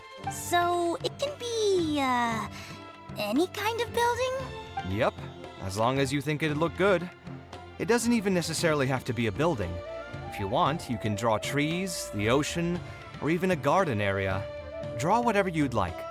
In my experience, it's best to approach the study of architecture from a point of personal interest, rather than for the sake of a career. Both the study and practice of architectural design are extremely difficult. A person who's forced to work on projects that they don't resonate with will only struggle and suffer. So at least for today, I hope the students will be able to create something that they enjoy. There's no need to think about it too hard. They'll have plenty of time in the future to revisit the design and make changes. What do you think? Want to try your hand at it as well? Don't forget that this is a free class from Mr. Kaveh, the light of the Kasharwar. On a normal day, this would cost you 300,000 mora.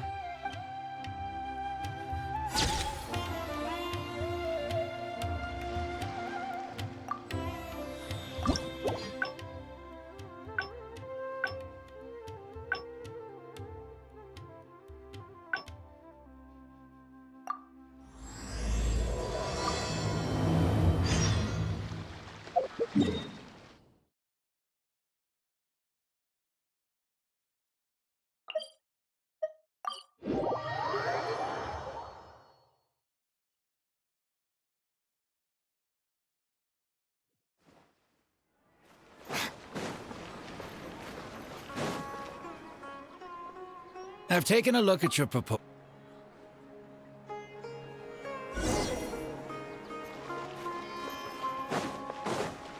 Ad Astra. Thank you for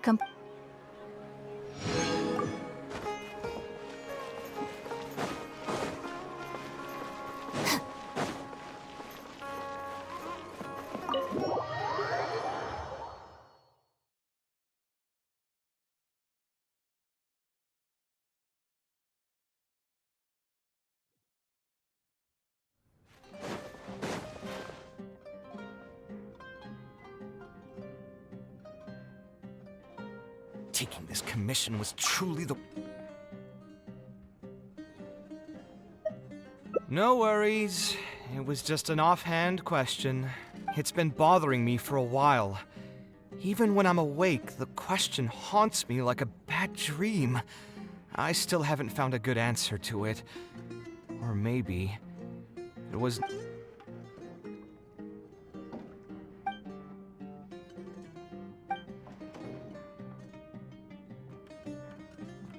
Sounds great to me. Huh? Where did that come from? I mean, it's not like it's some kind of secret.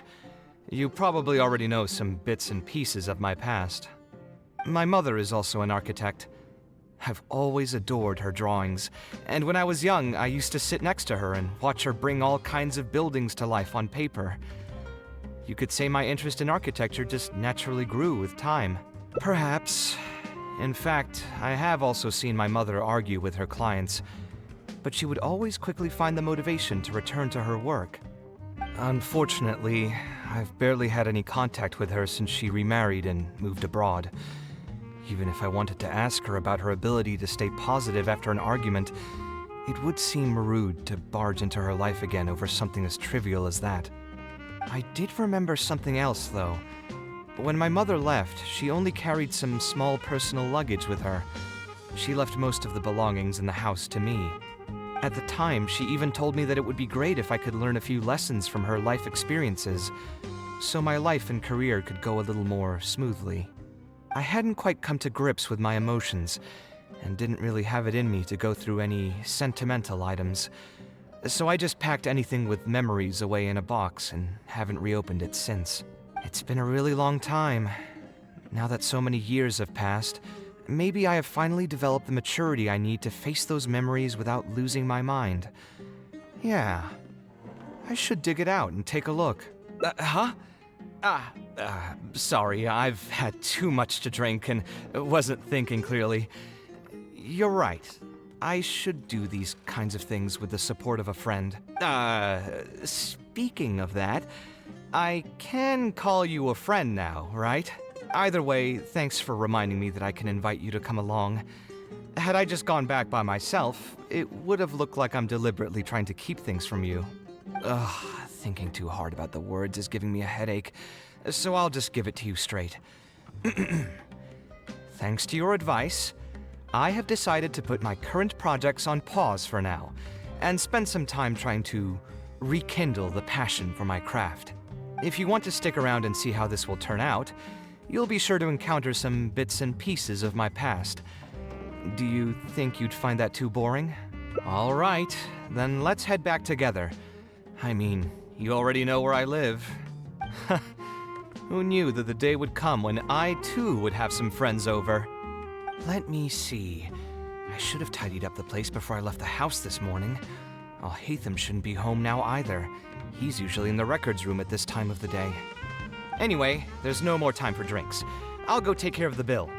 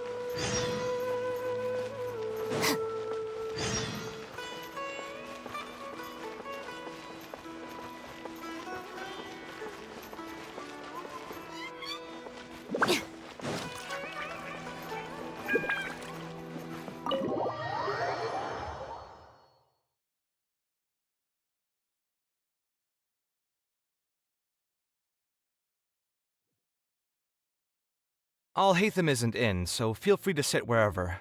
I'll bring out the box.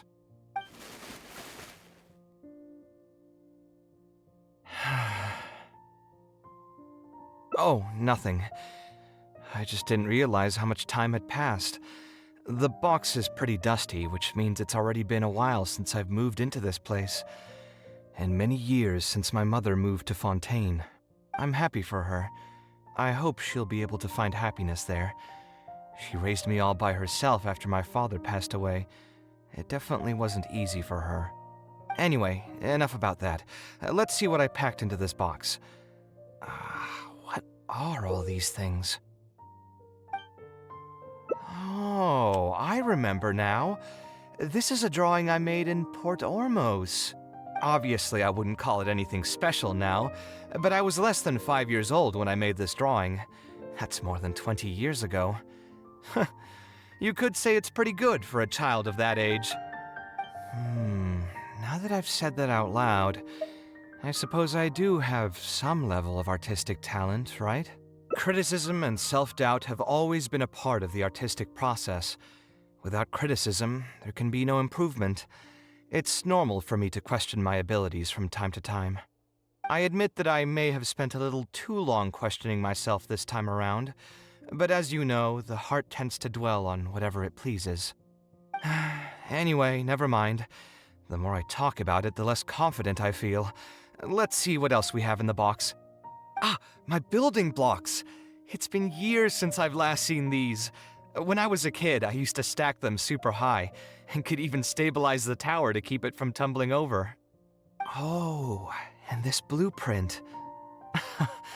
I made it by copying my mother's sketch, and the aspect ratio was horrendous. It's still technically the first blueprint I made myself, though. I was super proud of myself when I finished it, and put it in the same pile as my mother's sketches, hoping she'd notice and compliment me for my good work. Unfortunately, my mother didn't realize that I had put it there. When she had a meeting with a client the next day, she handed my blueprint to him by mistake.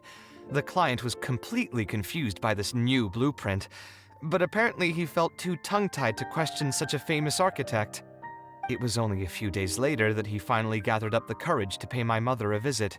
He asked, "The door in this blueprint is even taller than the roof.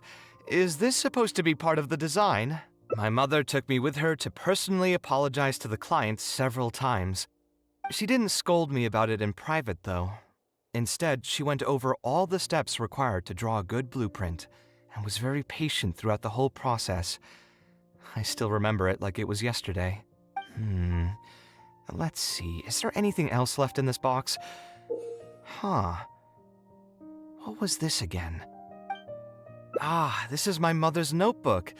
She used to write and sketch in it all the time. When I was a child, I used to be super fascinated by this notebook. and always pestered my mother to let me read it. After asking her a few times, she told me that I could read it as long as I could guess the password. Huh.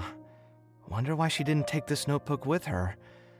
Did she leave it to me on purpose?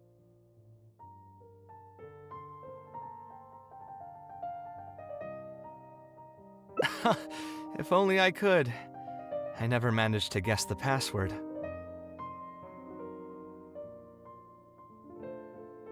Hey, it's not a matter of time, it's a matter of inspiration. That's what we need to guess the password. Who knows? Maybe this time something will click in my head, and the answer will just present itself. Let me think. What could it be?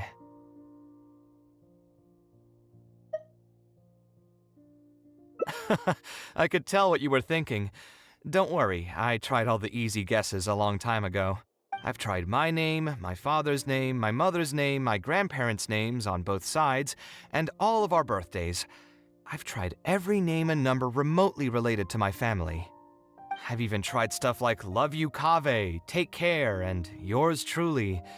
I've tried every cheesy phrase and well-wish in the book, but this lock has refused to budge. I wouldn't try that route again. I have a hunch that it won't be that simple. Also, if she really did use something like that, she'd never hear the end of it from the folks over at Haravatat if they ever found out. So we could find someone who was close to my mother and see if they might know anything? I see what you're saying, but who should we talk to for that? My mother was never really the one to be social. My father was the one with more friends, but all those connections were severed when he died. Let me think. Is there still someone at the academia who would know my mother? Ah, actually, there is someone. Professor Zaha Hadi. Huh, you've never really heard of her? She's a famous Gasharwar scholar and leading expert in formal garden design. My mother studied under her as a student many years ago. Professor Zaha Hadi published many works during her career, so I was able to learn a lot by studying her essays. If there's anyone who still remembers my mom, it'd be her. She's older now and is no longer teaching at the academia. But if I remember correctly, she spends most of her time around the Bimarstan area. Let's go take a look. We might run into her if we're lucky.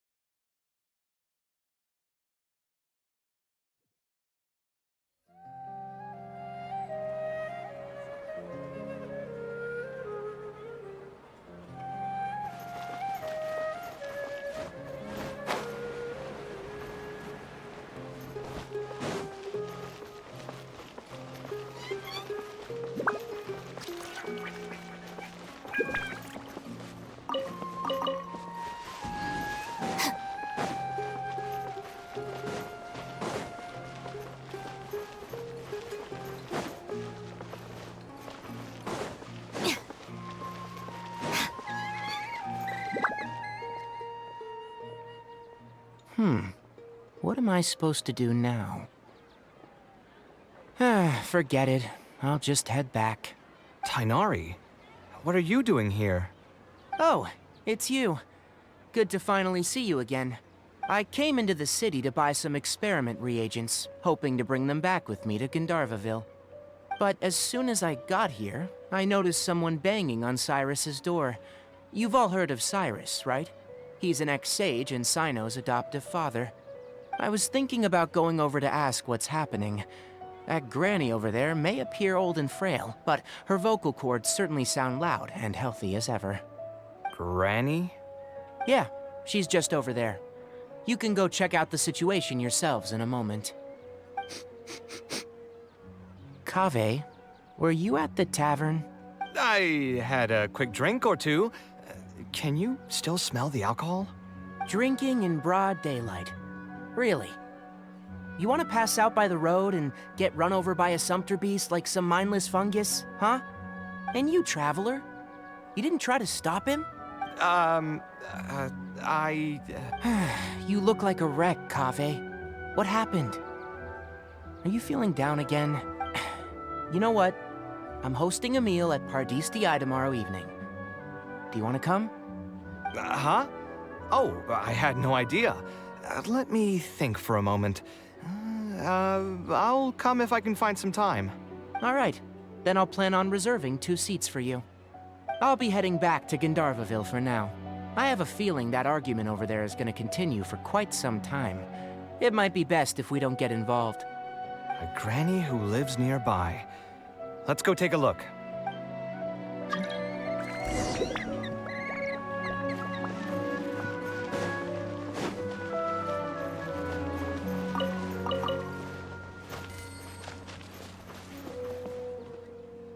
Ha! So, plan on keeping yourself locked in there, huh? Fine by me. If you're not going to come out, then I'm not going to leave. My tomato was growing so well, it had all the potential to become the best tomato this year, and you cut it straight from the vine! I already told you I had nothing to do with it. Why would I take a tomato that's still weeks from ripening? You'd have to be awfully green as an investigator to think it was me. Ugh.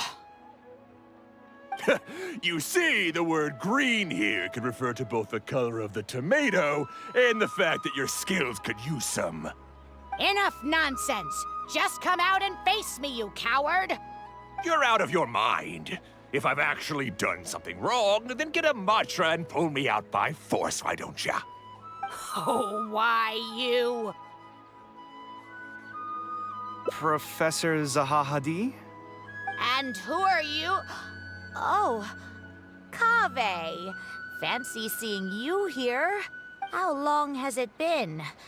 Come on, get over here and let the professor take a good look at you. Not bad, not bad. You've grown taller again. Professor, what's going on here? It's no big deal, really. A few of us old scholars got bored in our retirement and decided to put together a vegetable growing competition. At the end, whoever loses will have to go up on stage and do a performance for the winners. Which brings us to our current predicament. My tomato was sure to win until a certain someone decided they couldn't bear to lose. Hey, don't try to defame me in front of the kids. If we're airing out each other's dirty laundry now, then why don't we talk about you sneaking into Janat's garden the other night? Ahem! Lucky for you, seeing these youngsters come to pay their respects today has put me in a better mood. I'll let you off the hook. For now. Come on, let's go. We'll take our conversation elsewhere. He doesn't need to be a part of it. Yes, of course.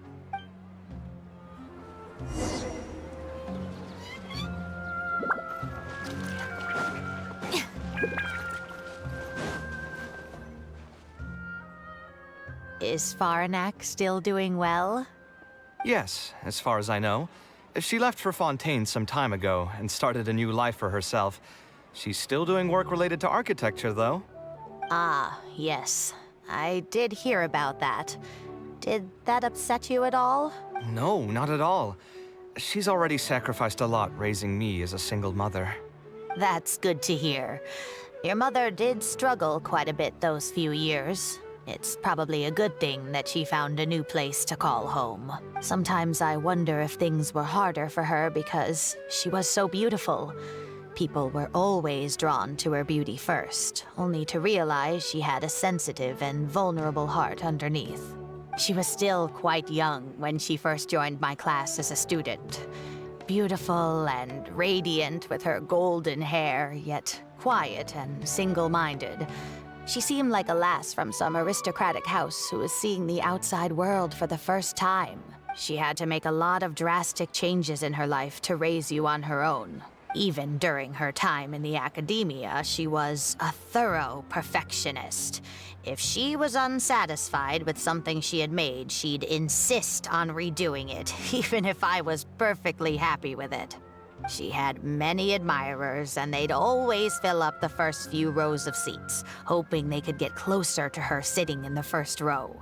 If it were any of my other classes, you'd have found nobody sitting in the front. But every time I saw her, she was always in that same rigid pose. She'd have one hand on her forehead with the other clutching her pencil. Her eyebrows would be knitted in a frown as she concentrated on the blueprint in front of her. I'm sure she had many difficult moments in her life. How did she cope with the stress? I'm not too sure. She never talked about such things with me. She rarely opened up to other people, you know. I do remember one time, though, when she got into a heated argument with a friend. She said something I found very memorable. She said, "True art cannot be understood, but as an artist, I wish some people could understand its meaning and value." If you ask me, that's probably the greatest source of pain for geniuses of their craft. It's extremely hard for them to find someone who can truly understand their ideas. So that's how it is. I wonder if the password could be... I tried both just now. Seems those aren't it either. What are you trying to do? My mother left her notebook to me, but it has a password and I haven't figured out what it is yet. I'm trying to learn more about her so I'd have a better chance at cracking the code. Thank you for all that you told us. It's the least I can do. Talking to youngsters like yourself makes me feel younger too. Honestly, looking at you now, I can see how much you resemble her. It's almost as if she's standing right in front of me again. Your personalities are quite alike too. You're both stubborn and both a little awkward. Of course, I'm sure the similarities are mostly superficial. But so long as you continue to harbor those traits, you'll find a lot of difficulties in your work. I've taught a lot of students over my career, and in my experience, very few genius architects of Ksharawar ever found happiness for themselves. They would know exactly what they want to express and fight for it tooth and nail, which inevitably led to arguments with their clients. Some clients would choose to respect the architect's vision or just let the argument go because of the architect's reputation, but those are the rare ones. When Faranak first graduated, she was getting into arguments with her clients nearly every single day. I think it only got a little better when she met your father. I see. But wasn't my father from Ratawahist? Could he understand the designs my mother made? No, I think they were probably beyond him, too.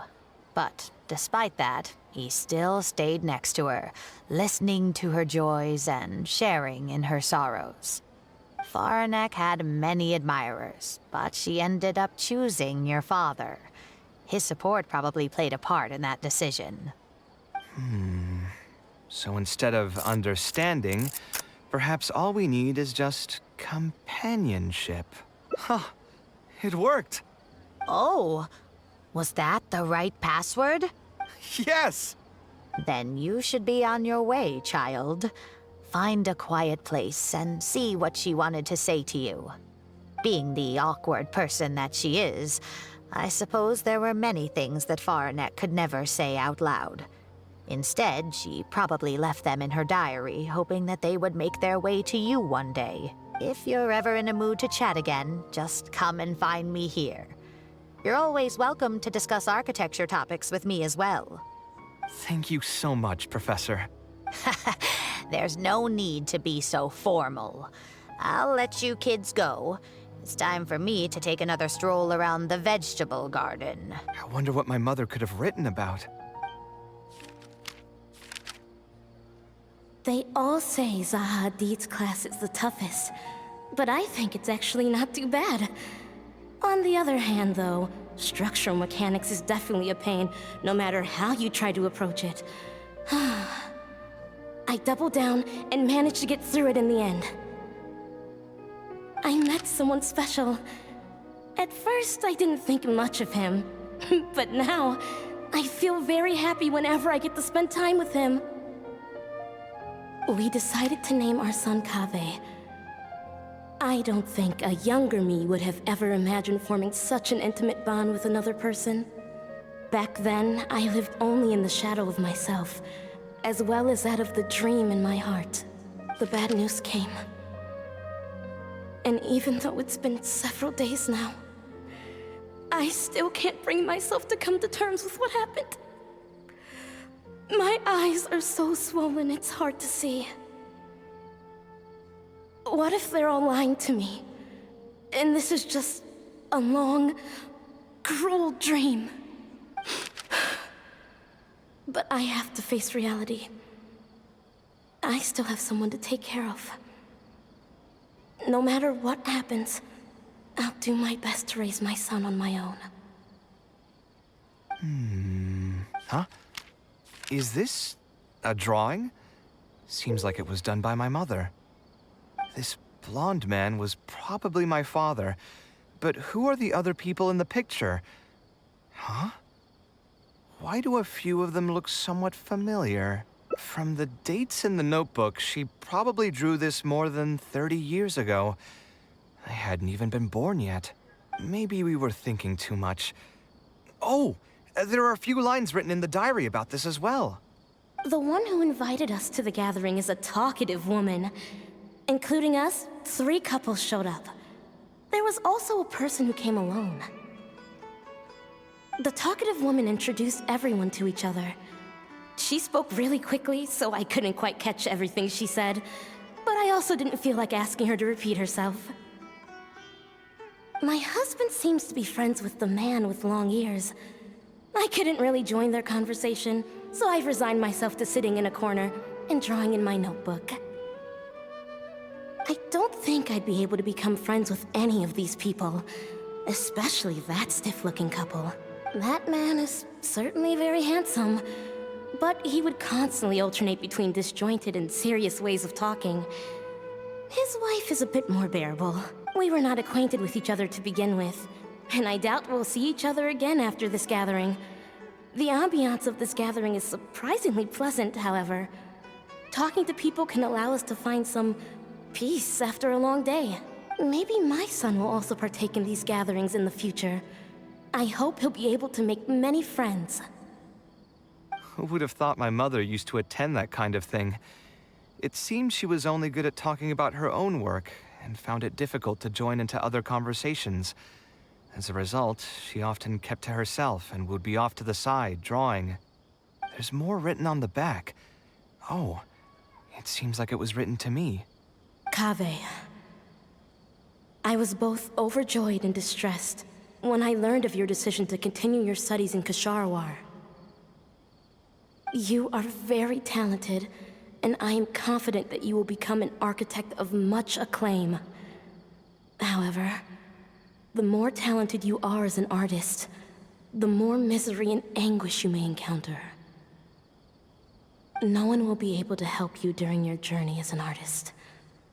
But outside of your life as a creator, you can learn to form connections with other people and enjoy many other things in life. It's the only way to alleviate your suffering. Whenever you feel down, seek out a friend to sit and have a chat.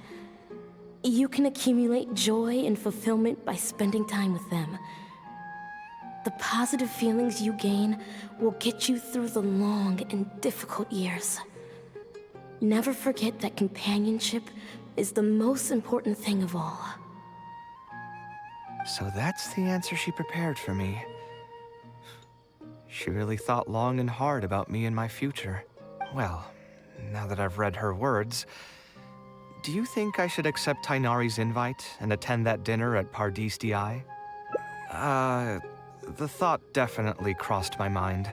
Although it'd be nice to get together with friends and chat the night away, I don't want to bring down other people's moods because I'm sad. Besides, don't most people hate the feeling of seeing their friends troubled and being unable to help? And what's worse, nearly all of my problems can't be easily resolved with some encouraging words or gesture. And don't forget, I'm also older than all of them. As their senior, I should appear to be a bit more responsible. Huh, you're right. I really didn't expect to run into him here. I swear, his nose must be just as sensitive as his ears. Well then, I guess it's best that we go and join him for dinner. That means I'll owe him yet another meal now. You know what? I'm not going to overthink it. I'll see you tomorrow at Pardis DI.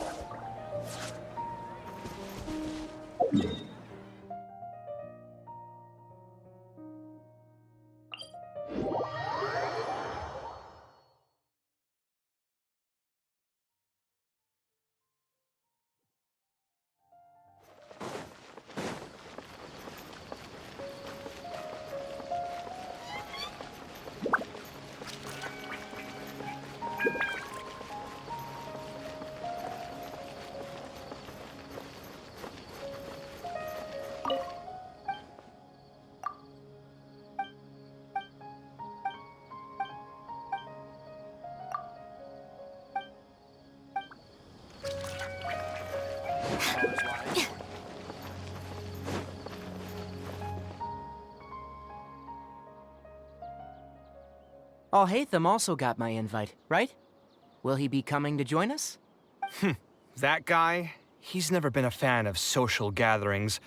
I wouldn't get my hopes up if I were you. Are you sure? All right then. I guess we won't wait for him. Yeah, let's go.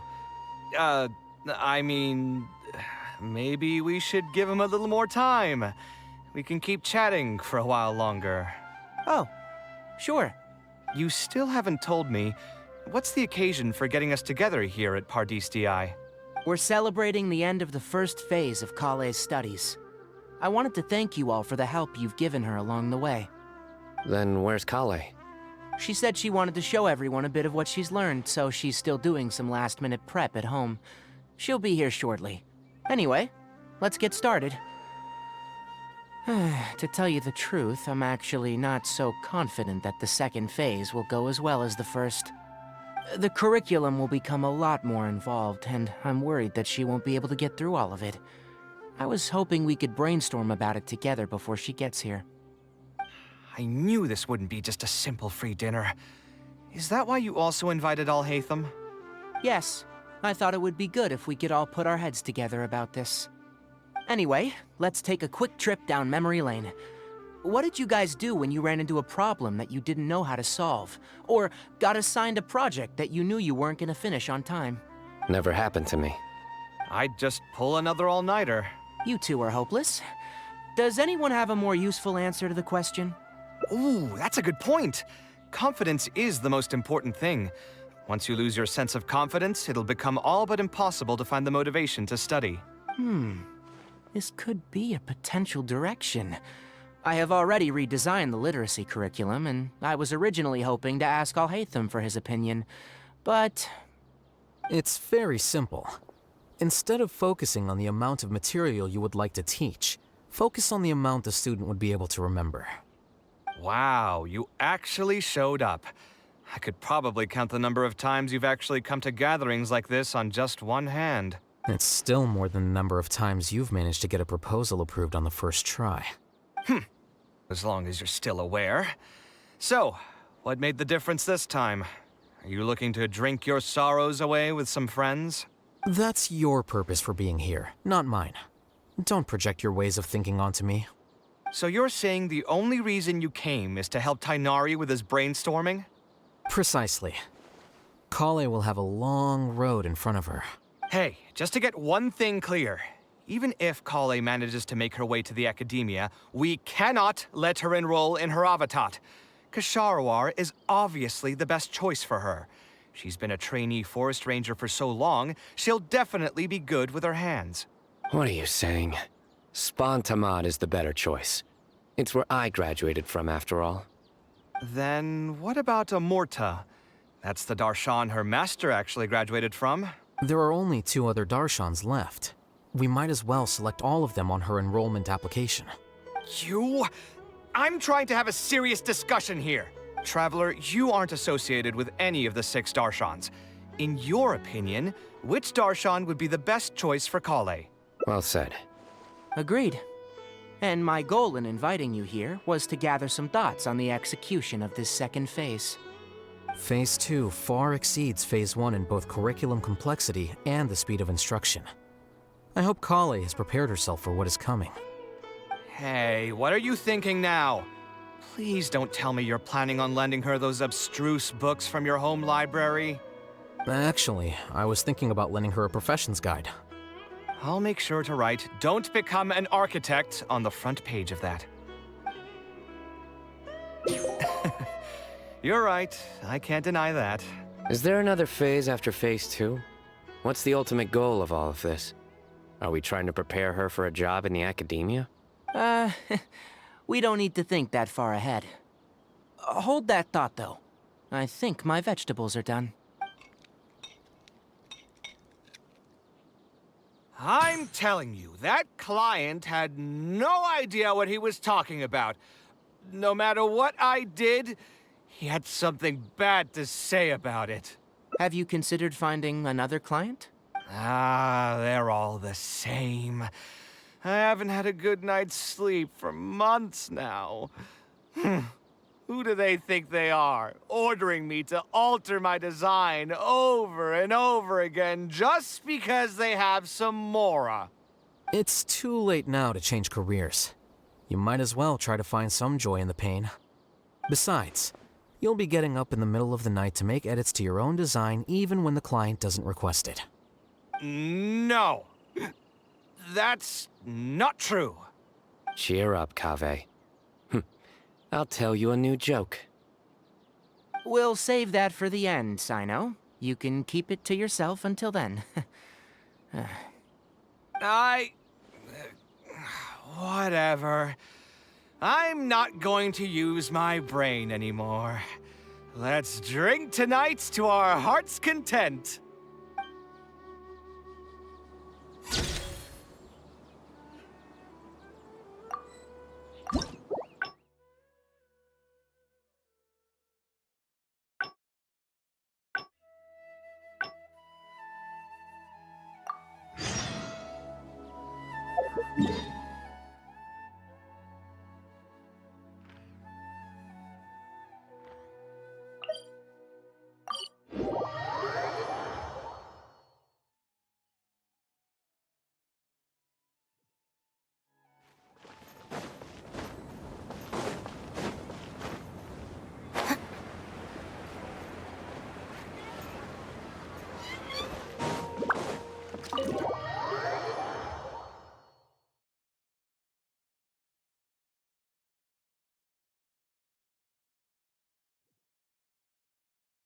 Alhaitham isn't in, so...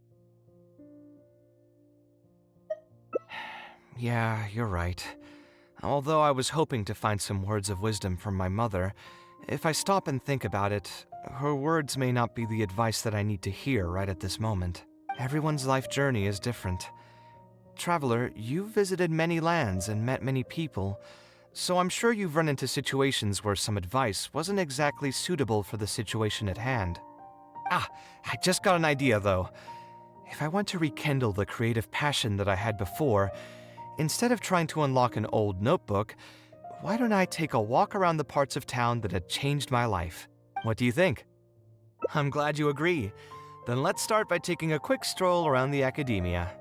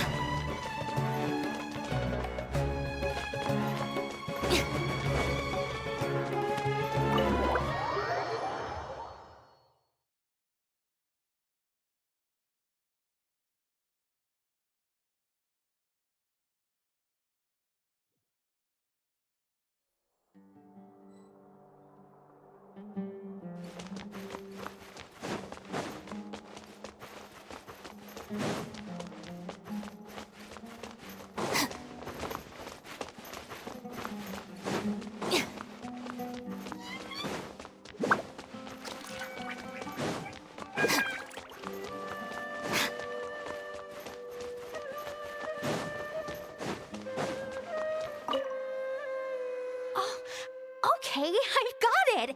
Thank you, Kaveh.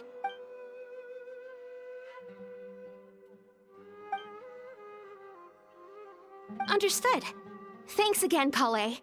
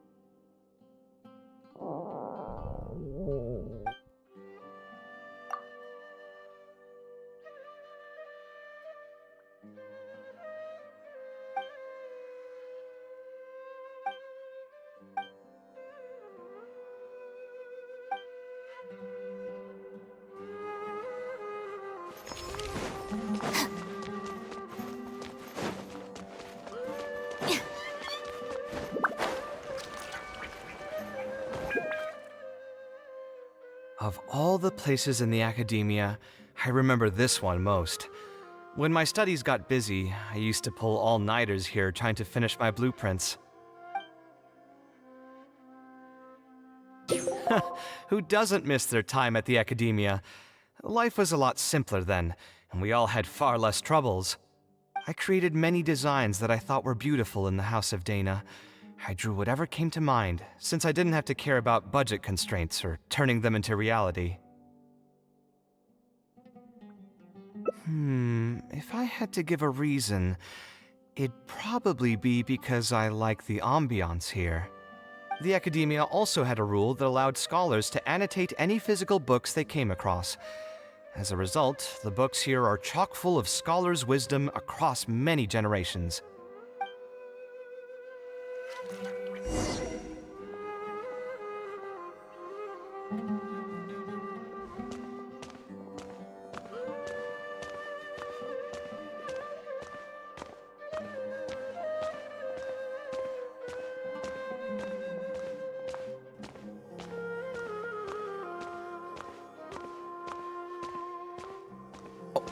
Here, this is a great example. This book, History of Ancient Sumeru Architecture, contains some analysis that I did many years ago. Huh? Why is Alhatham's handwriting also in here? When did he ever read this book? I guess it's probably from when we worked on that research project together. Anyway, he probably never cared to tell you this, but the House of Dana is where Alhatham and I first met. I came here to do my homework, and saw him sitting by himself next to that row of bookshelves. A group of Haravatat scholars were chatting near him, but he looked as if he was too lazy to join them. There was a pretty stark difference between him and all the rest of them. It was my fault for feeling bad for him. I thought he must have gotten into some kind of trouble and went over to ask if he needed anything, not realizing that... Not realizing that you were in fact the one in a whole heap of trouble?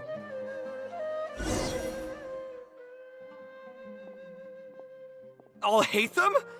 Why are you here? The House of Dana is a public space. Anyone can come here, no? But shouldn't you be at the records room at this hour? You're not here to watch me make a fool of myself, are you? You think I would derive amusement from watching you fall into depression over your life's various troubles? If that's the case, then I suppose I must have been entertaining myself for years. I came here to pick up a few files. If your voice hadn't managed to get through my soundproof earpieces, I probably wouldn't have noticed you. All right, I admit I was probably overreacting just now. Probably not when he's right here with us. As his senior, I shouldn't try to tarnish his reputation. There was nothing embarrassing or shameful about it.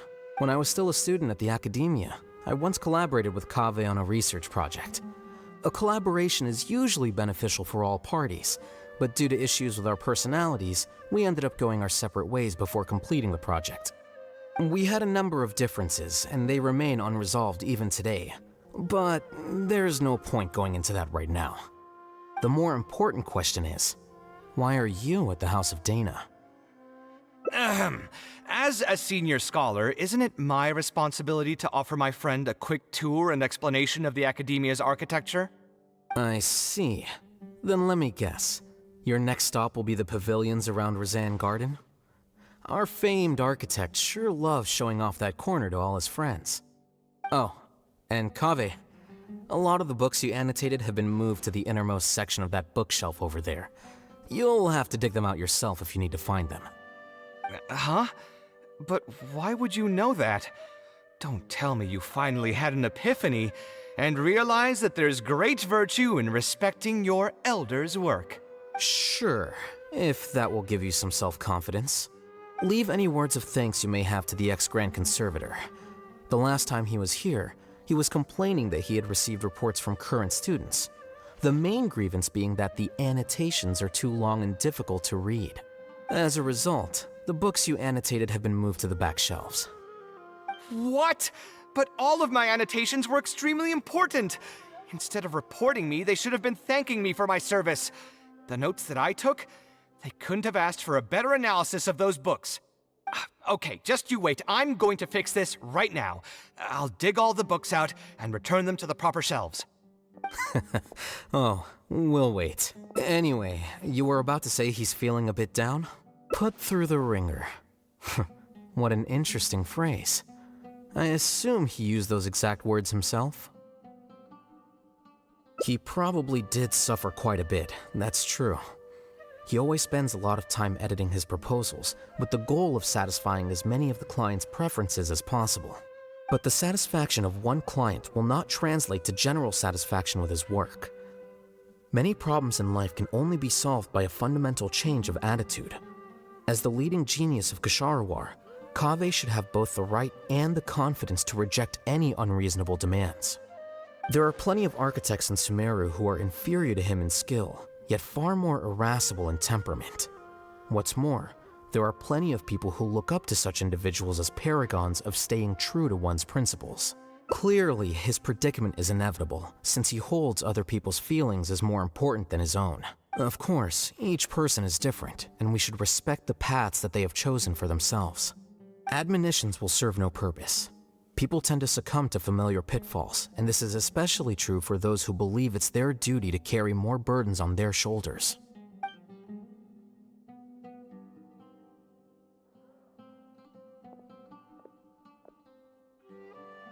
Looks like you were having an enjoyable chat while I was gone. Were you talking about me by any chance? What do you think? What else is there to talk about? Surely no one would be interested in talking about the files that you were browsing through earlier. Anyway, you should take a look at this. Look at this comment on page 82. Dear Kaveh, thank you so much for annotating this book in such detail. It was a great help to me. See that? Now that's how a student should treat their seniors. And it looks like you're already in a much better mood now. It really doesn't take much to make you happy, huh? Me? Happy? I'm mocking that retired blockhead for being so full of himself. He understands nothing about the true beauty of architecture. When I can find some time, I'll have a serious talk with him about making sure these books are put where they belong. Why don't you just move all the books yourself? It's not like he hasn't cursed you out before. What was that nickname he gave you while you were in the academia? The Urchin of Kasharawar? Kaveh had a habit of scribbling and writing in all kinds of books. Hey! You didn't need to bring that up. At least not when I'm still standing here. Oh, actually, I also found a really old sketch in one of the books over there.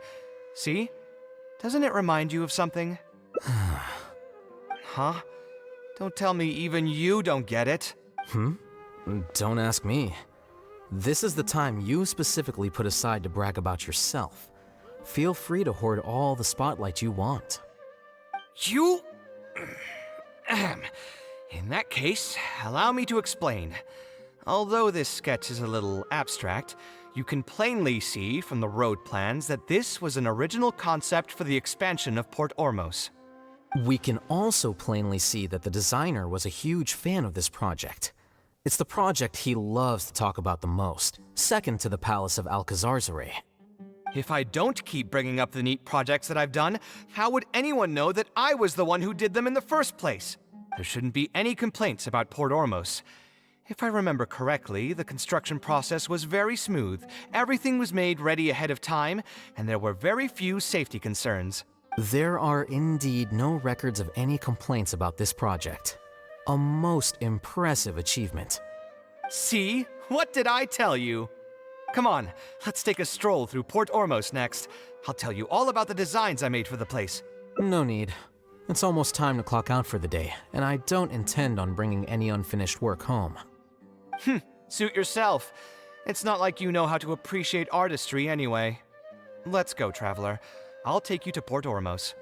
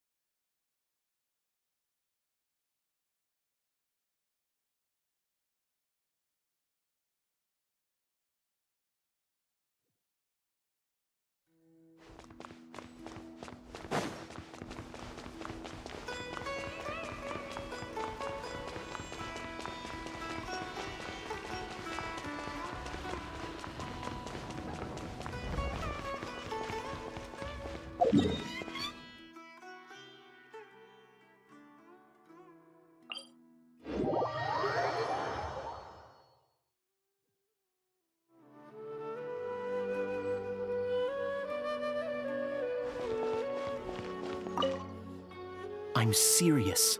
You should let me come with you. Or, if not me, then at least find some mercenaries to join you. A large group moves too slowly. Speed is what we need to catch a fugitive like him. But... That's enough. Proceed as planned. We have to get him on the first try. Yes, General Mahamatra.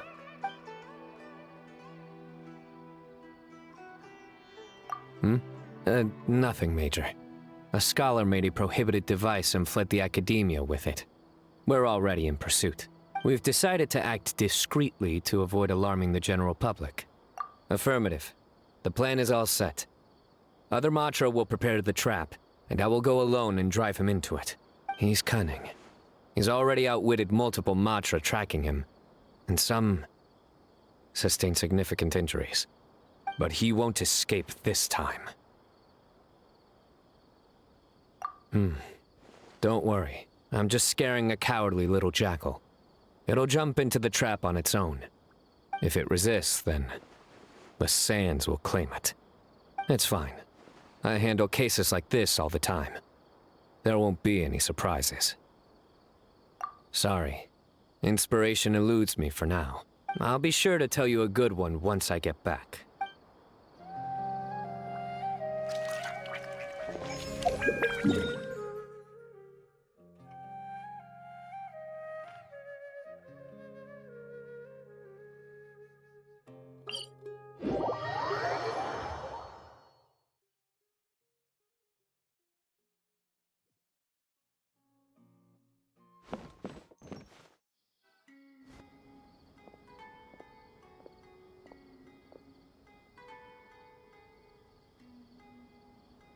Port Ormos. No, I didn't design any one specific building. Most of my work here concerned structural renovation. Port Ormos had already existed since I was still a young child. It wasn't as large as it is now, though. It only came to its current size after a sizable expansion. I was part of that project. The arch bridge over there, for example, that was one of my designs. When I was first tasked with the project, I decided to reference the growth patterns of nearby trees to split Port Ormos into 2 levels. My goal was to improve the overall utilization of space. We ran into a lot of issues during construction, but thankfully, we were still able to achieve the original vision. Residents can now behold all the ships entering and leaving the harbor from the vantage point of the bridge, while visitors can recognize the site of Port Ormos from a long ways away. I was still young and new to the trade back then. I could hardly believe that an idea in my head could become reality and remain in the world for many years to come. The true cornerstone of the creative process. The point about the design that will be ultimately used to judge its true worth. It was the first time that it became crystal clear in my mind. Once built, a building will continue to stand. Countless people will see it, and countless more will step inside it. Its final worth, whether it's good or bad, will be assessed by the countless generations of people that interact with the building during their lives. You think so? I'm glad to hear that. But even with this project, I still had one small regret. My budget was tight, and I was unable to use the higher quality timber I had originally intended for the design. I knew that some concessions on aesthetics would be needed as soon as I agreed to a proposal that prioritized the practical functions of the project. Us creative types know better than anyone that most projects cannot be completed without a few regrets. Yeah, you're right. I should learn to look toward future opportunities, and believe that any regrets I have can be overcome in time. We've spent long enough here. There's still one last place I want to go, but it's a little far. Would you be interested in a quick trip to the desert? Great. Most of my projects over the last few years have had something to do with the desert, partially because there's a special place there that I often visit.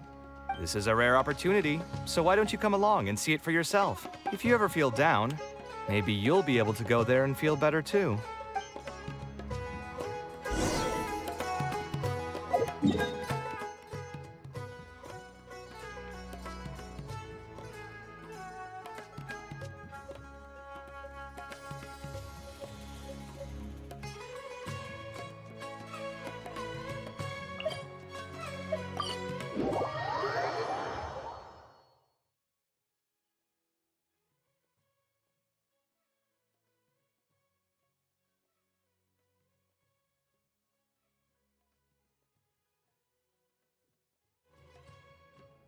Who would have thought that so many primal constructs could have congregated here while I was gone? We won't be able to sit and talk peacefully with these guys around. Let's clear the area.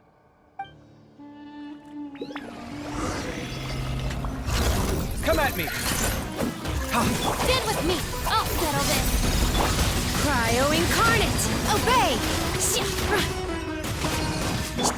My apologies! Nice and spicy!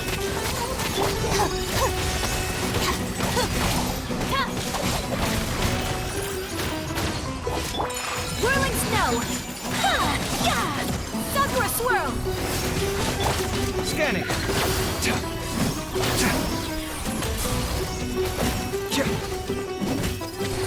Sight clear! Manifest! Dissipate!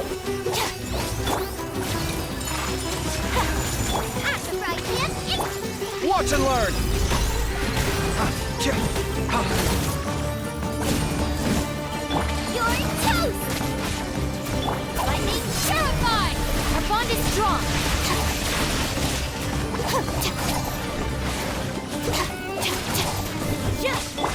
By ordinance divine, unleash!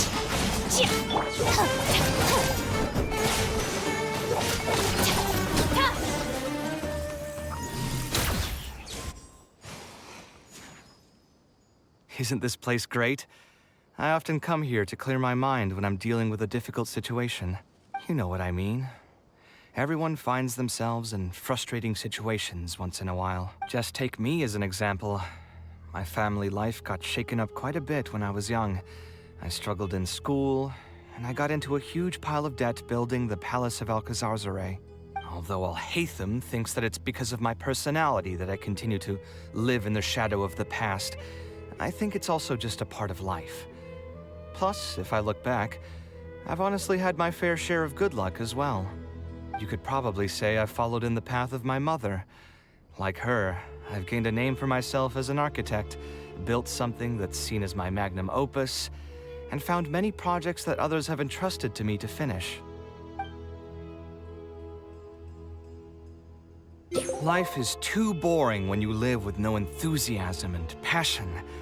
Only those who believe in the inherent meaning of it can capture the small nuances of everyday life and turn them into inspiration for beautiful designs. Of course, I will concede that loving something also means taking it to heart. So to an extent, caring is also a source of pain. If I didn't love my work, I wouldn't be so torn up about it all the time. But still, isn't this place beautiful? Despite the erosion from the winds and changing seasons, you can still perceive its past beauty and glory. With different landforms come different architectural styles. The desert's history has left it with few records regarding its buildings, so I often visit the desert to investigate things in person. The sight here has moved me ever since the first time I laid my eyes on it.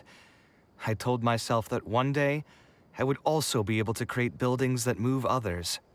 My pain will one day fade into nothing, just as I reach the end of my life.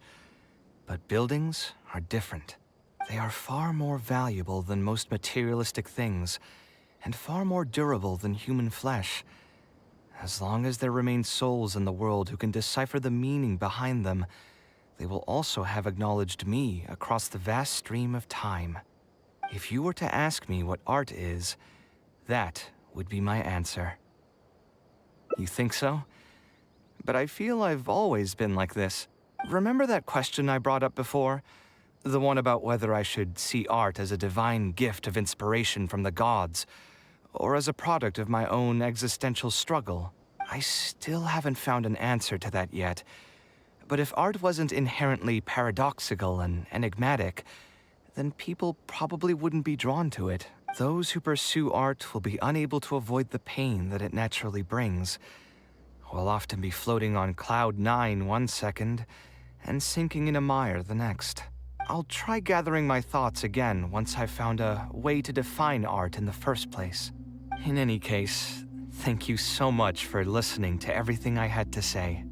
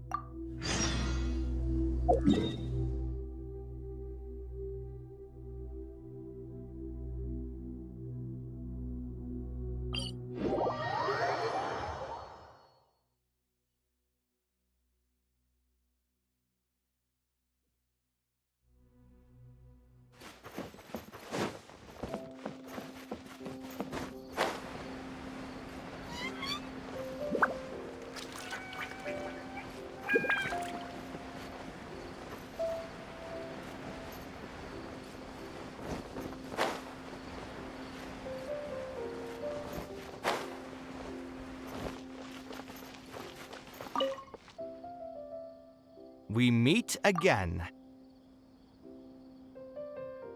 A slightly different style. Give me a minute.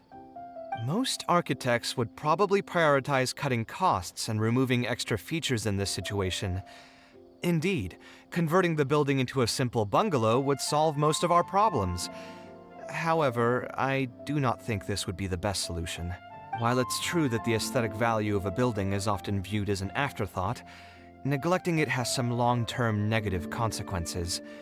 It is especially undesirable in this situation, as the library will serve a high number of children, many of whom would have never been exposed to structures that may be considered elegant or beautiful. To completely give up on the more aesthetic design would mean stripping the children of an opportunity to appreciate the beauty of architecture. I share Badawi's sentiments in wanting to preserve a more complex design. However, if we can reduce the ornate aspects of the design while maintaining its fundamental elegance, which is to say we won't touch the arches and stone pillars but make changes elsewhere. To make up for the loss of regular details, we would need to put a lot of extra effort into the layout, lines, and color. I see. Would that really be okay? It just increases the difficulty of the design. You should feel lucky that out of all the architects in the city, you chose to approach me. Most of the others would have given up on this project by now. As for inspiration, I think I might have something in mind, but I'd need to visit the site to make sure. Where do you want this place to be built? Tell me the exact location. Aru Village. Although it wasn't my childhood home, I think it'll be the best site for such a building. Okay, then we can pay a visit to Aru Village. Is there something I can do for you? I've already caused you a lot of trouble before, and now you're revising the design again because of me. Which draft are we even on now? It's making me feel terribly guilty. Let me think. You said you used to be an Eremite mercenary, right? In that case, you could help us clear out some monsters that are blocking the way to Aru Village. We want to keep the roads clear, and reduce the loss of materials during transport to a minimum.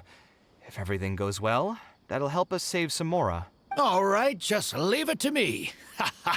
If there's anything I'm good at, it's clearing out monsters. What are you waiting for, then? Let's pack up and get ready to go.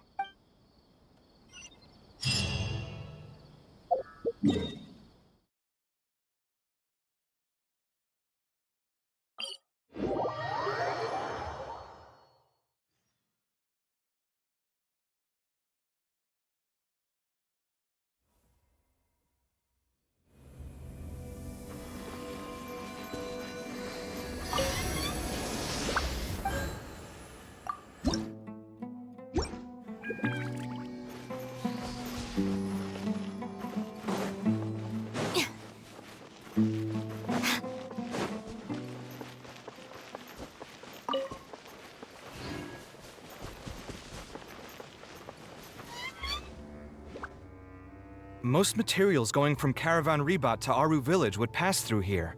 There are a lot of monsters out here today. If you find it hard to keep up, just let us know. Oh, don't worry about me. This is nothing. I'll be careful, though, and you should do the same.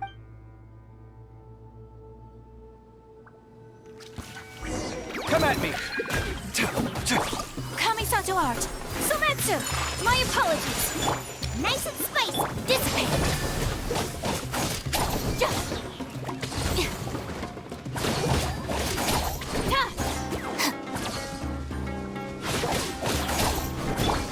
Take flight!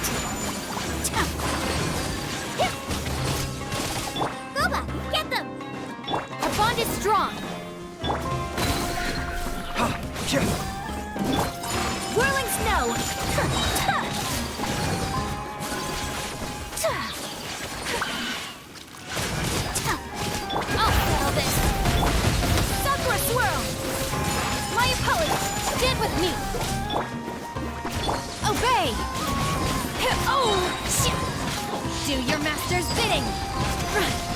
Feast your eyes!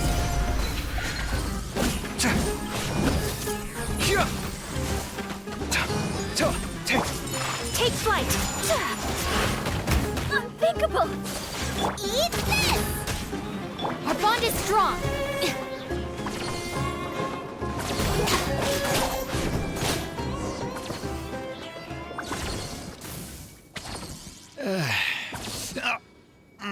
I'm fine.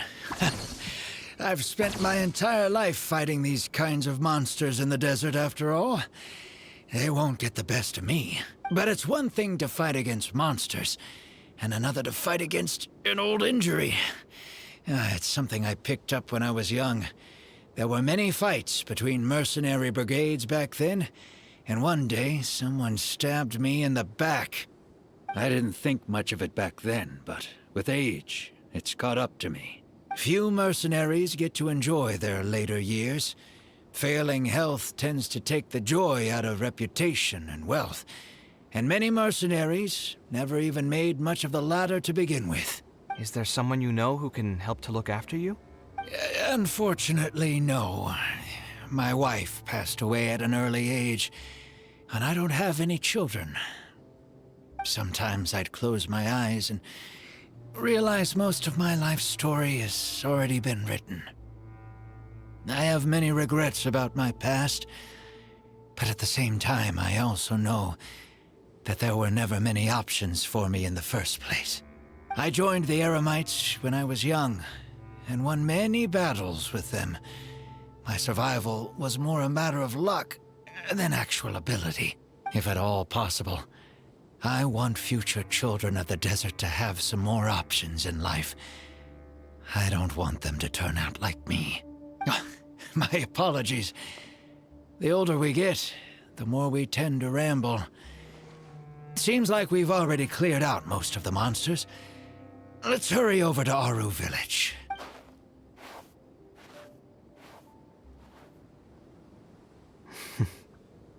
I think it's really admirable of him to spend his whole life savings on people he's never met. Maybe he's doing this out of natural kindness. A kindness that hasn't been eroded away by the struggles of his life. Perhaps. To clarify, though, I don't think I'm quite the same. Some people call me an idealist. I do have some sentiments of that general persuasion, such as wanting everyone to be able to lead a happy life. But my situation is more complex than that. In the beginning, what drove me to harbor those thoughts was less idealism and more a desire to make up for a sense of guilt. When I was young, I impulsively encouraged my father to take part in the first Inter-Darshan Championship hosted by the Academia. He set off confidently hoping to win something for me, but failed to clinch the title. What's more, he fell into depression after the competition and requested to join an investigative research project in the desert. I never saw him again. Word has it that he got caught in quicksand. Even if other factors may have contributed to his death, the fundamental cause still circles back to me. I started doing many things in life because I wanted to make amends. Even in cases where I couldn't do something for a specific person, I still did whatever I could. I think I just wanted to make myself feel a little better. At this point, even I don't know. I've tried self-reflection, but it didn't help. I can't seem to walk away from many things that I see or hear about, even if they don't directly concern me. And I can't quite pinpoint the source of it. Maybe it's just like what those Vahumana scholars often say. It's hard for people to truly understand themselves. I could be doing things out of endless guilt, or I could be doing them out of a strong sense of empathy. It could even just be a matter of conceit. The potential motivations could number in the dozens, but the actions they result in are the same. Anyway, I suppose I don't really mind being called an idealist. They also use that term to describe my father. It seemed to carry fewer connotations back when he was around. I've known Al-Haytham for many years now, and discussed my ideology with him for nearly as long. Maybe argued is a better word for it. He told me a long time ago that no matter how strong of a swimmer you may be, you'll still get dragged under by the others who are drowning once you run out of stamina. He believes this is the fate that awaits all idealists. I still believe I should live by my ideals, and I've given him countless reasons why I think it's a good idea to do so. Perhaps my ideals are flawed, but are there really any perfect things in this world? Unfortunately, he remains unconvinced. His personality is the exact opposite of my own. If someone happens to drown next to him, he'll most likely stand on the shore and mumble something along the lines of respecting other people's fates. But as you can see, I'm not the only idealist in the world. Just as there are different seasons, there are also different people. There are many others who will continue to care about the fates of those who are not directly related to them. And when I finally run out of stamina, someone will also reach out and bring me back to shore. Someone will help me, right? Yes, I've already been helped like that before. But you've helped me plenty already. If you didn't reach out to me, I would probably be passed out on the tavern table right now instead of talking with Badawi. Either way, I'm feeling much better than when you first found me at the tavern. I can feel inspiration already welling up inside of me. Maybe this will be just the opportunity I needed to create a whole new style. All right, let's head to Aru Village.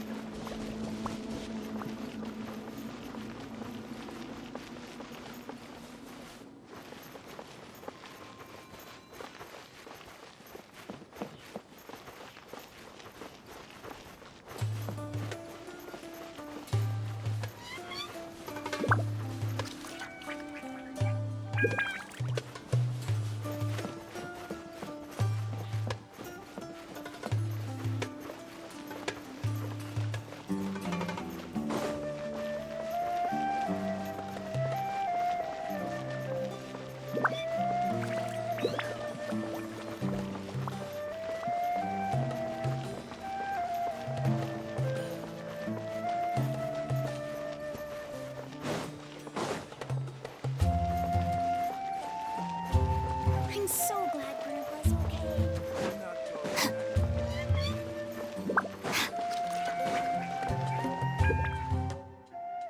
Now that we're here, it's my partner's time to shine.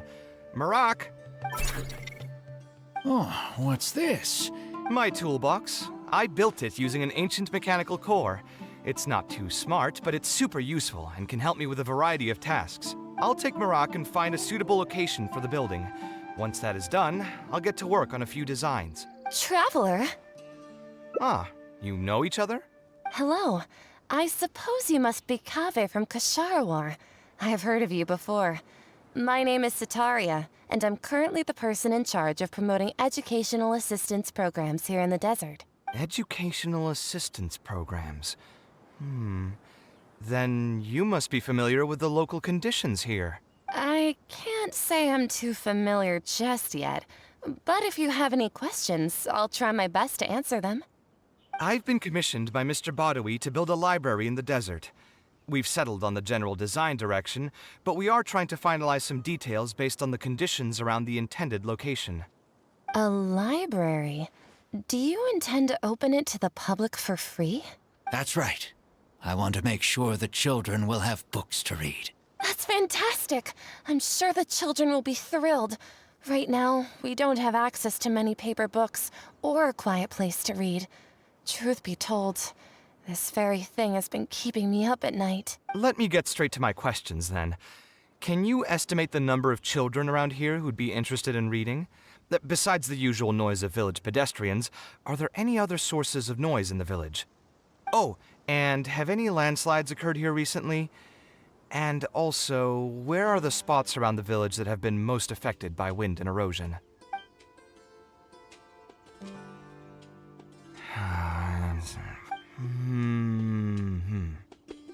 All right, that should be everything. Badawi, let's go over the budget again. We'll keep the building structure the same, but make the place a little bigger, so it'll be able to hold more people and get better natural light. The parts of the project that cost the most will be the insulation and ventilation materials. I'm sure you understand, no one likes to read in a place that's hot and stuffy. I want to make significant changes to the arrangement of the bookshelves, tables, and chairs. I'll go over the specifics of that shortly. I have 2 plans in mind. Both are pretty minimalist in style, but will provide a very different ambiance from the world outside. Our final cost should be around 70% of the last figure I quoted. The whole thing should take around half a year to complete. Marak has produced a sketch for all of you to see. If everyone's okay with it, then we'll proceed with that as the formal plan. The inspiration just came to me naturally. All I did was put thoughts to paper. I must give you credit, though.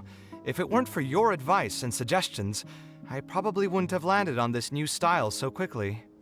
According to the traditions of my profession, I should probably name this style after you. Let's call it the Traveler style. In the meantime, let's look forward to the day when this building is completed and can finally open its doors.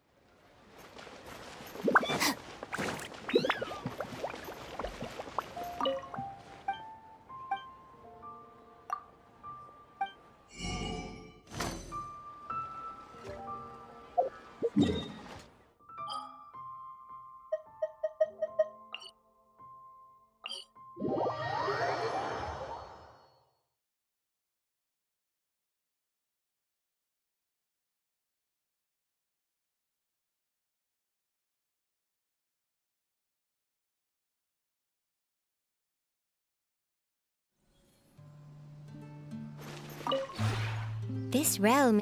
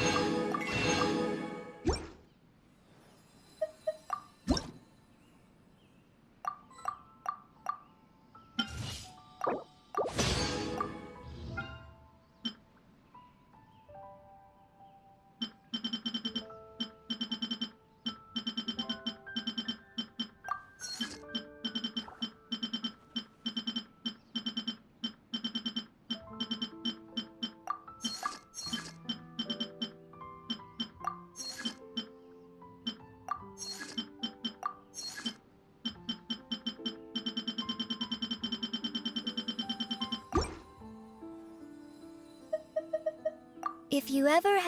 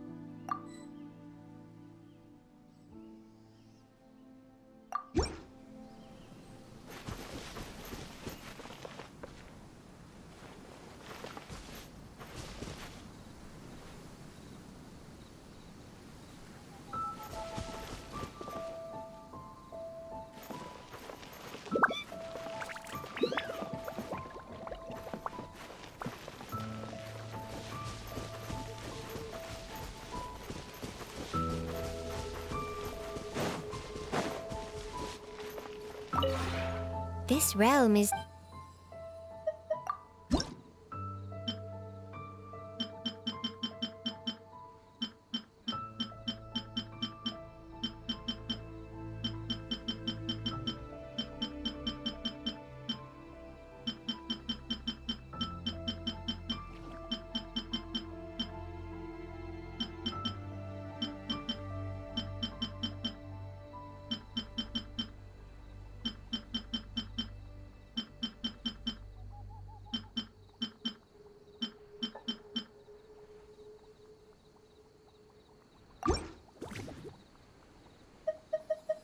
If you ever have it...